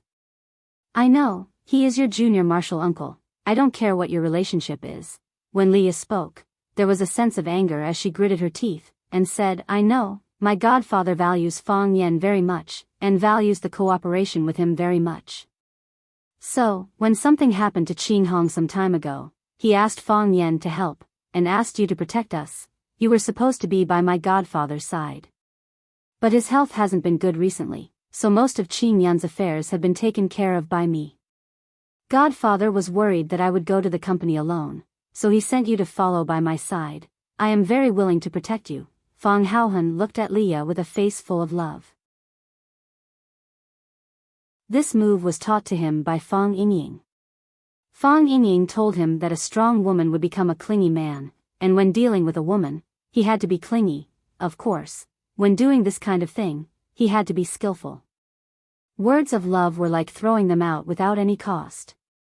No matter what her reaction was, he had to act affectionate, as if he was thinking that way in his heart, and that he was a man who loved her deeply. Fang Haohan felt that Fang Yingying's teachings were very correct, and he also felt that he had learned very well. Xiaoya, don't worry, as long as I'm here, I won't let anyone hurt you. If the enemy comes, I will definitely use my sturdy chest to block you behind me. Unless I die, and they step over my dead body, even at that time, my reluctant soul will still hug their legs tightly, so that they won't be able to hurt a single strand of your hair. As expected, Leah's expression changed. From white to red, from red to purple, and from purple to black. She's shy. Fang Haohan thought happily. I've seen a movie called Ghost. It's about a dead lover who has always been by his wife's side. I'm willing to die for you, I'm willing to die for you. But you don't have to worry, even if I die, I will learn from the male lead in that movie. I will accompany you by your side and protect you, Fong Haohan. The flesh on Lia's face twitched, and her eyelids trembled non-stop. She felt that she was about to convulse, and she felt that she could no longer breathe. Xiaoya, Fong Haohan knew that he was about to succeed. Because he saw that Lia's emotions were very agitated, even when she called his name, her voice was trembling. Oh, that trembling voice. Her trembling voice was so pleasant to hear. Fong Haohan, tell me, what will make you willing to leave? Xiaoya, I will not leave you. State your conditions. Lia said. Money? Or women, I can help you arrange it. Xiaoya, do you still not understand my heart? My only hope is to accompany you by your side. I don't have any conditions, I don't want money, I don't want women, no, I want women, I only want you. If you are willing, state your conditions, how can I be with you forever? Xiaoya, don't worry about me, I'll be fine. Lia took a few deep breaths, forcefully, aggrievedly, with tears in her eyes. She swallowed the crazy anger and the urge to kill, looked at Fong Haohan and said, I know I can't chase you away. I know my godfather doesn't want you to leave. But, I beg you, when you are by my side, don't speak, don't let me hear your voice. It's best if you don't even breathe. Don't appear in front of me, not even a shadow. Protect me in the dark, protect me in the other car. Am I begging you? Is that okay? That's not good, is it? Fong Haohan thought about it seriously, and said, all right. As long as it's your request, I won't refuse. He shouted to the driver beside him, stop the car. Stop the car. The car pulled over. Fong Haohan pushed the door open and was about to get out of the car, but he retracted his head, looked at Lia who was sitting in the back seat, and asked, then what should I call you? Lia. Is that so? All right, Lia. Fong Haohan nodded, then grinned and said, I will watch you silently from the car behind. Drive. Lia gave the order with a cold expression. As the car left, Fong Haohan stood on the green belt by the side of the road and waved his hand. A black Volkswagen stopped beside him. There were originally 2 cars following Lia. One of them was her car, and Fong Haohan was supposed to be sitting in the front passenger seat. The other car was a secret guard. This car did not reveal anything, but followed behind Lia's car at a moderate distance. In the black Volkswagen, other than a driver, there were 2 bodyguards in black. These 2 people were both Qing Hong's experts, and also Du Qing's trusted aides. Because there was already someone sitting in the front passenger seat, Fong Haohan opened the back door and got in. Seeing that the 3 men in the car were all looking at him strangely, Fong Haohan waved his hand indifferently and said, you insisted on inviting me to a movie. In this kind of situation, can I go to a crowded place like a movie theater? This kind of Missy's temper needs to be taught a lesson. Of course, don't tell her this kind of thing anymore. After all, Xiaoya's personality is not bad, and she has good intentions. Girls are thin-skinned, you guys understand, we understand. We understand. The younger man with a crew cut chuckled and agreed. The middle-aged man with an unshaven beard glanced at Fong Haohan and said, Miss is sitting alone in the car in front, will anything happen? She should be fine. Fong Haohan said with a smile. Aren't the few of us still following behind her? If there's an accident, we can rush over in a few seconds. The middle-aged man looked at Fong Haohan worriedly, but did not say anything. He did not know where Fong Haohan came from, but it was said that boss Du Qing invited him from the outside, an expert. Expert? Gu Hutu and his brothers had been secretly suspicious of Fong Haohan's identity. With his figure, he looked like he could be blown away by a gust of wind. How could he be considered an expert? Why did the experts these days have such serious water leakage? However, since it was boss Du Qing's arrangement, they could not say much. They had followed Du Qing to conquer the world, and after decades, they had a kind of worship for Du Qing.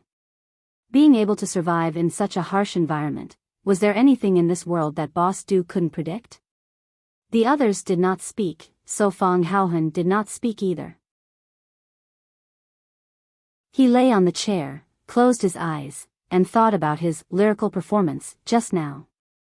There should be no problem with his words. He firmly followed Fang Yingying's style of being shameless. There should not be any flaws in his acting and expression. After all, he had been practicing in front of the mirror when he had nothing to do, and he really liked Leah, this little girl. He liked her when he saw her photo. He fell in love with her at first sight. After meeting her, he liked her even more, because Leah was even more beautiful than in the photo. Moreover, he was three-dimensional and could be reached with his hand. Her skin was so white, her breasts were so perky, her smile was so beautiful, she knew how to make tea, she liked to read, and she could handle company matters, Fang Haohan thought. After being cheated by junior marshal uncle Fang Yan for more than 10 years, God finally gave him a huge compensation. But, why does Xiaoya look at me so strangely? Fang Haohan tried hard to think of the answer to this question. At this time, Leah's Mercedes-Benz turned around at the traffic light intersection. Just as the Volkswagen was about to follow, a white truck rushed over from the T-junction and crashed into the right side of their carriage. Rumble, a bolt of lightning cut through the sky. While no one was paying attention, the torrential rain poured down from the sky, smashing into the city.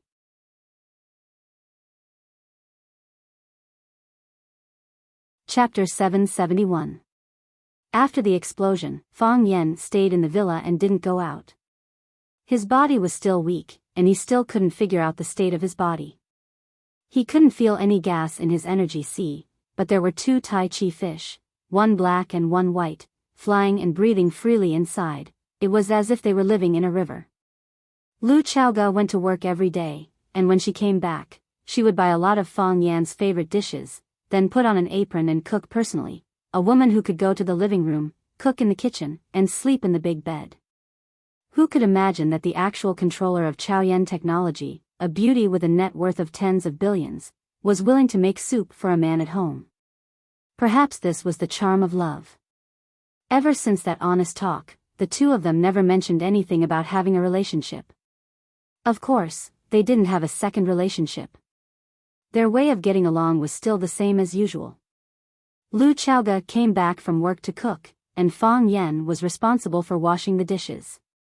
Or when Lu Chaoga came back from work, Fang Yan had already prepared the meal, and then Lu Chaoga took the initiative to wash the dishes.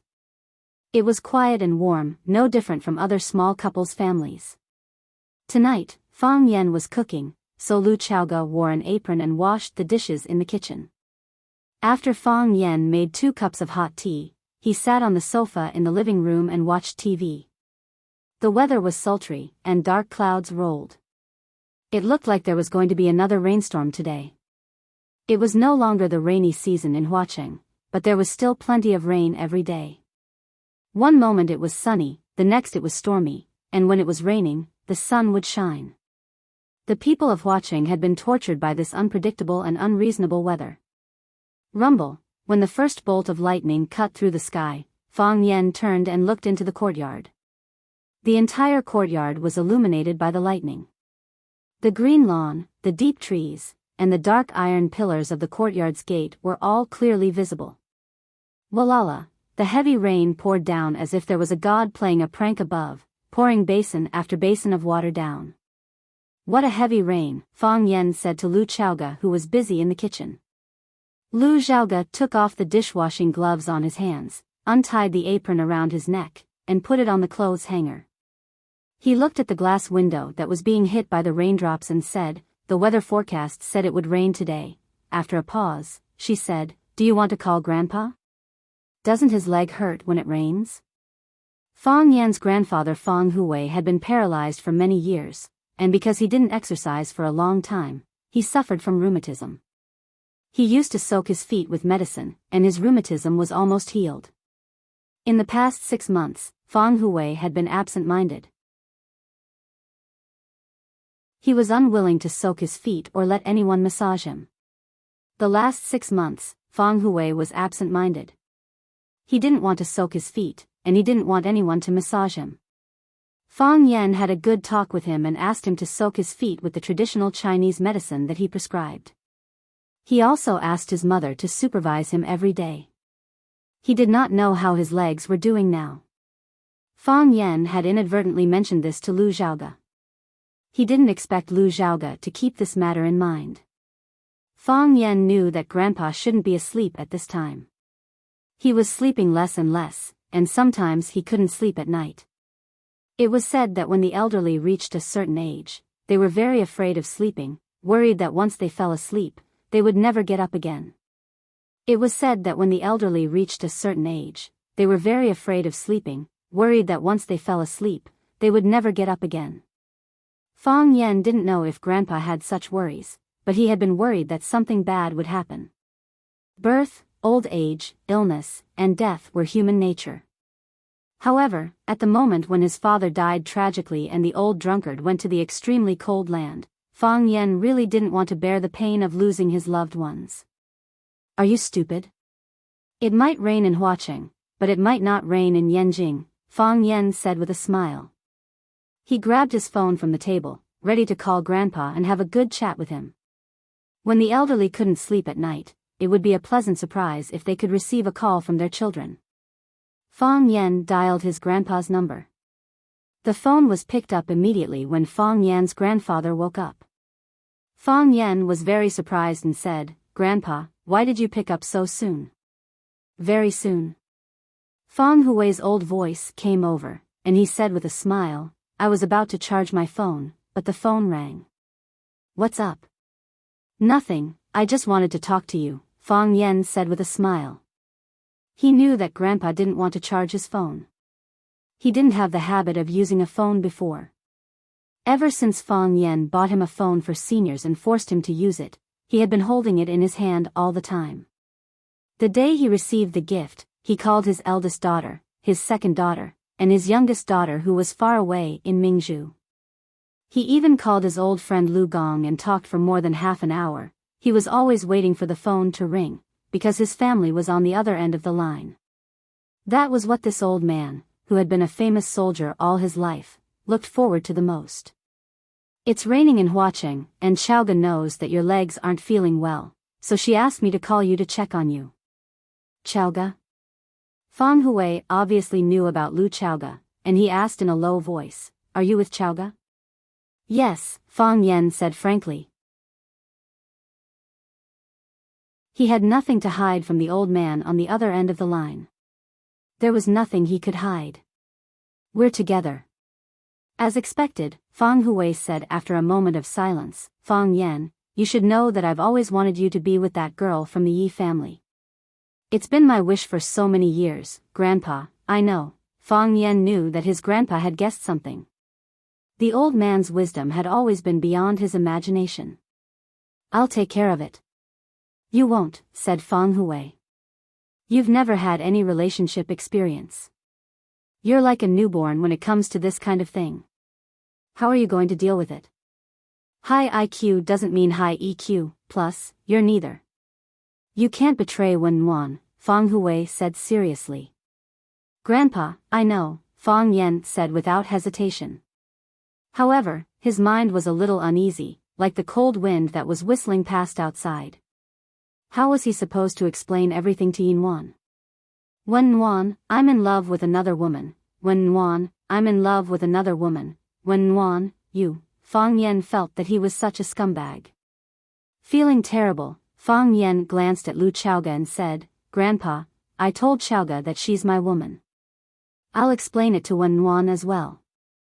How about you scold me instead?" Lu Xiaoge didn't listen to the conversation between Fang Yan and her grandfather. Instead, she sat on the high chair in front of the floor-to-ceiling window with the tea that Fang Yan had brewed for her. She looked out at the distorted world that seemed to be crying and howling. Her waist was curvy and her hips were plump, and her posture was elegant and alluring. "You bastard," Fang Hui scolded him. "How could you do such a thing? Are you worthy of Wenwan? Are you worthy of the Yi family? Are you worthy of the ancestors of the Fang clan? How can you be so selfish? Where do you want me to put my old face?" Fang Hui had never scolded himself so harshly before, and Fang Yan felt very depressed. He did not utter a single word, silently enduring all of this. Are you pregnant?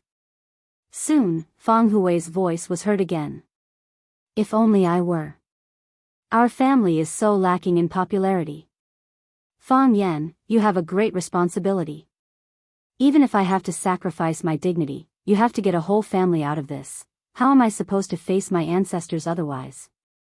Fang Yan, the Fang clan is in great danger now. If anything were to happen to you, our Fang clan would be cut off. Grandpa, alright, I'm sleepy and I'm going to bed. You young people should get some rest too, Fang Hui said impatiently. By the way, tell Wen Nuan everything. Don't hide a word from her. You think Wen Nuan, I'm not Wen Nuan. How would I know if she killed you or castrated you? Fang Hui said grumpily. I'm hanging up. Call your mother more often. D. The busy tone came from the other end of the line. Fang Yan put away the phone and was about to say something to Lu Chaoga when he saw Lu Chaoga place the teacup on the high table and stand up. Then, she opened the door and walked out. When she came back again, she brought back a woman who was drenched. Fang Yan looked at the woman clearly and said in surprise, Shangxin, why are you here at this time? It's raining so heavily. Jiang Shangxin took the towel from Lu Chaoga and wiped the rainwater off her face and head.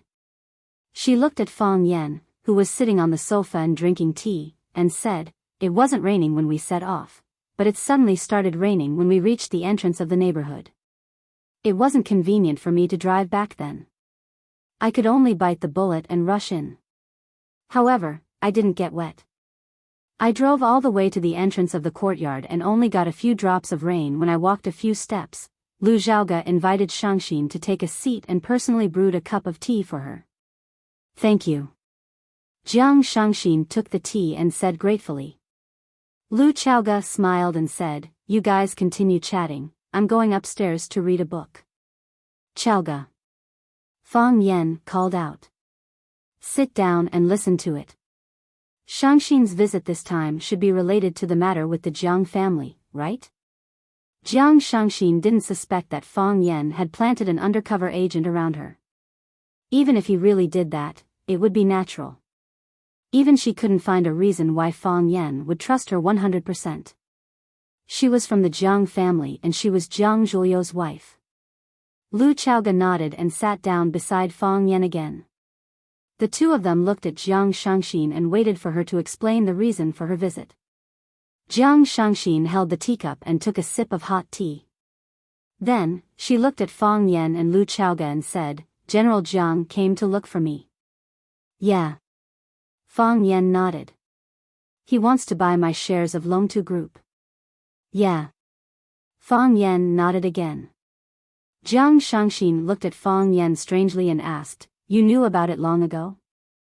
I guessed it long ago. Fang Yan said. He looked at the violent and rapid raindrops outside and sighed. Looking at the time, it's about time for the Jiang family to attack.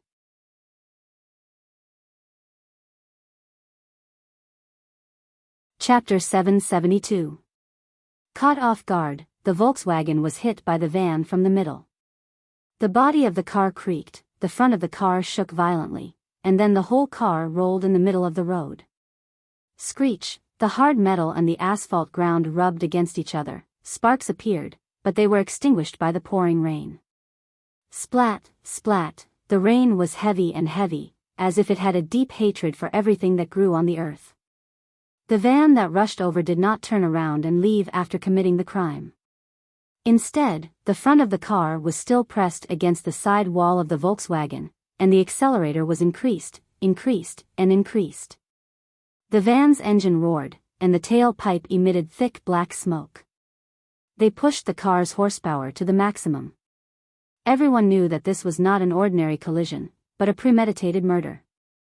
That is, if the people in the car were still alive. Creak, creak, the body of the car was flipped over, and the van slid all the way, and then slammed into the green belt in the middle of the road. A large hole was formed on the surface of the car, and the part that was sunk in became a huge iron blade, fiercely hitting or stabbing into the passengers closest to them. a large amount of blood flowed out from the gap of the car door, and just as it appeared red, it was instantly diluted by the rain on the road. More and more rainwater gathered, and the deep red turned into light red, and the light red turned into threads, and finally, the threads spun on the surface of the water, and then disappeared without a trace. However, the blood still flowed out endlessly. As a result, the ground continued to turn crimson until it was as if nothing had happened. At this time, the van that was on top of the Volkswagen began to move back. The driver was a one-eyed man, and his one eye exuded a cold and gloomy aura. Even though they had just done such a thing, it was not able to move him at all. Killing, this was their profession. They were born for this. Clang, the car window opened. A man in black with a hood sitting in the passenger seat took out a silver disc from his pocket, and pressed his finger on the red button on the base of the disc. Beep, beep, beep, the silver disc began to flash with a green light, and the numbers on it rapidly rewound. 10, 9, 8, 7, 6. The hooded man threw the silver disc at the Volkswagen. The silver disc seemed to have an inexplicable attractive power. With a snap, it stuck to the Volkswagen's metal body.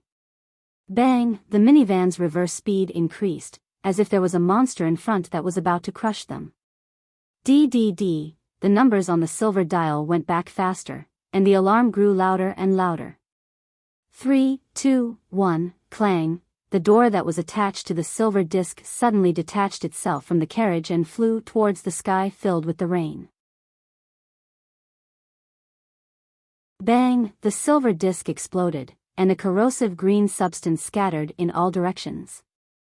When the door came into contact with the green substance, it began to emit thick smoke even though it was made of steel. It began to melt and shrink at a speed visible to the naked eye, and finally disappeared completely. Not only the car door, but the green liquid that enveloped the sky, the rainwater, and the air that came into contact with it all turned into white gas and disappeared. For a split second, a vacuum appeared in the air within the explosion radius of the silver disc. There was no oxygen, no rain, only the white smoke that came out from the burning. At the same time that he kicked the metal door into the air, Fong Haohen's body was like an agile hunting dog as he pounced towards it.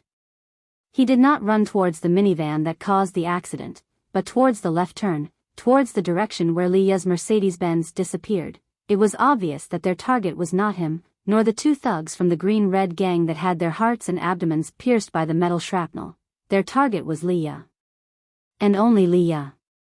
Seeing Fong Haohen jump out of the Volkswagen and disappear into the rain in the blink of an eye, the one-eyed man and the hooded man in the minivan were shocked.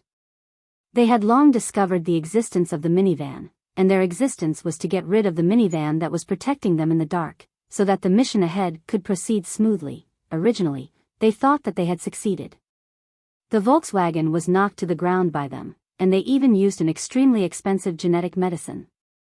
Just one drop was enough to turn a cow into a puddle of liquid. Based on the amount they used, it was enough to turn the Volkswagen and everyone in it into gas. No one in this world would be able to find any evidence of their existence. But, why was that guy still alive? Why was he able to escape? There's a survivor, the one-eyed man said viciously. As he spoke, he stepped on the accelerator, and the minivan no longer retreated, but instead charged towards the direction where Fong Haohen disappeared into. He's a good fighter. The hooded man's voice was emotionless. He was like a dead person, a zombie. Kill him. Looks like they were prepared. The one-eyed man's voice carried a hint of mockery. That old dog Du Qing sure is considerate to his goddaughter. It won't change the overall situation. After the hooded man finished speaking, when the minivan was moving at high speed, he pushed open the door and jumped onto the roof. He stood on the roof and watched Fong Haohen's running figure. Fong Haohen's body was skinny, and his hands and legs were long. People often said that he looked like a human pole, or a scarecrow that was used to scare birds and beasts in the fields. However, when he ran with all his might, his speed was shockingly fast. Fong Haohen was very anxious. He was worried that something would happen to Lia. He was sent by Junior Marshal Uncle to protect Lia. he could not let Junior Marshall Uncle down. Most importantly, what he said to Leah was true. He said that he would protect Leah, he said that he would not let Leah come to any harm. He also said that even if he died, if those bad people stepped over his body, his unwilling soul would hug their legs. Of course, if they did not step over his body, then there was nothing he could do. Fong Haohan did not know how to like, how to love. In his life, there had never been such a word. If someone asked him, "Do you like or love Leah?" he would definitely be confused, not knowing what you were talking about. What was the difference between the two? Didn't they all want to be with her? Fong Haohan knew that he was not a hero, but when his woman was in danger, he had to stand up and save her. He didn't think about anything, and he didn't have time to think about anything. At this moment, there was only one belief in his heart: no matter what, Leah must be safe. He faced the strong wind and the torrential rain, rushing towards where his hope lay. He saw the Mercedes-Benz, which was parked by the side of the road. It seemed that it had also encountered danger. Thinking of this possibility, Fong Haohan became even more anxious. Bang! His body suddenly left the ground, his body leaped into the air, and then fell towards the wetland in front of him. He was attacked from behind, and someone kicked him in the back. His whole body was burning in pain, and his bones felt like they were about to fall apart. Fong Haohan's body slid on the ground, then he jumped up and ran towards the Mercedes-Benz again. He didn't even look back to see who was sneaking up on him. He knew what the goal of those bad people was. They wanted to stop him from saving Leah. But, no matter what, he had to save Leah. This was the most important thing in the world. Fong Haohan jumped over the green belt, ran a few steps, and suddenly turned to the left. Whoosh! A big foot appeared in the dark night sky, passing through the place where he was just standing. Clang! The leather boots fell to the ground, and the hooded man stood in front of Fong Haohan. He looked at Fong Haohan, who wanted to go around him again, and said, "I know you don't have much time, but you'd better get past me first." Fong Haohan tilted his head in thought, then clenched his fist and ran towards the hooded man. As he ran, the bones in his body creaked loudly. But what was even more surprising was that his body was shrinking. With every step he took, his body would become shorter and smaller. By the time he reached the hooded man, Fong Haohan, who was originally much taller than the hooded man, looked like a child who could only reach the hooded man's shoulder. Bone shrinking art. Everyone in Swallow Dock knew that Fong Yingying and Fong Haohan were the two disciples that Immerse took in during his travels to challenge the world's strongest fighters.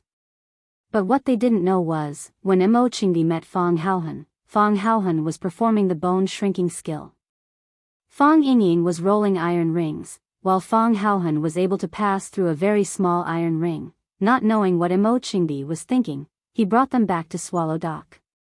While teaching them Fong Tai Chi, it was more important to let them display their own strengths. As a result, they became as shameless as Fong Yan. Fong Haohan's fist was also shrinking. Finally, it turned into a child's fist. But, the fist was white.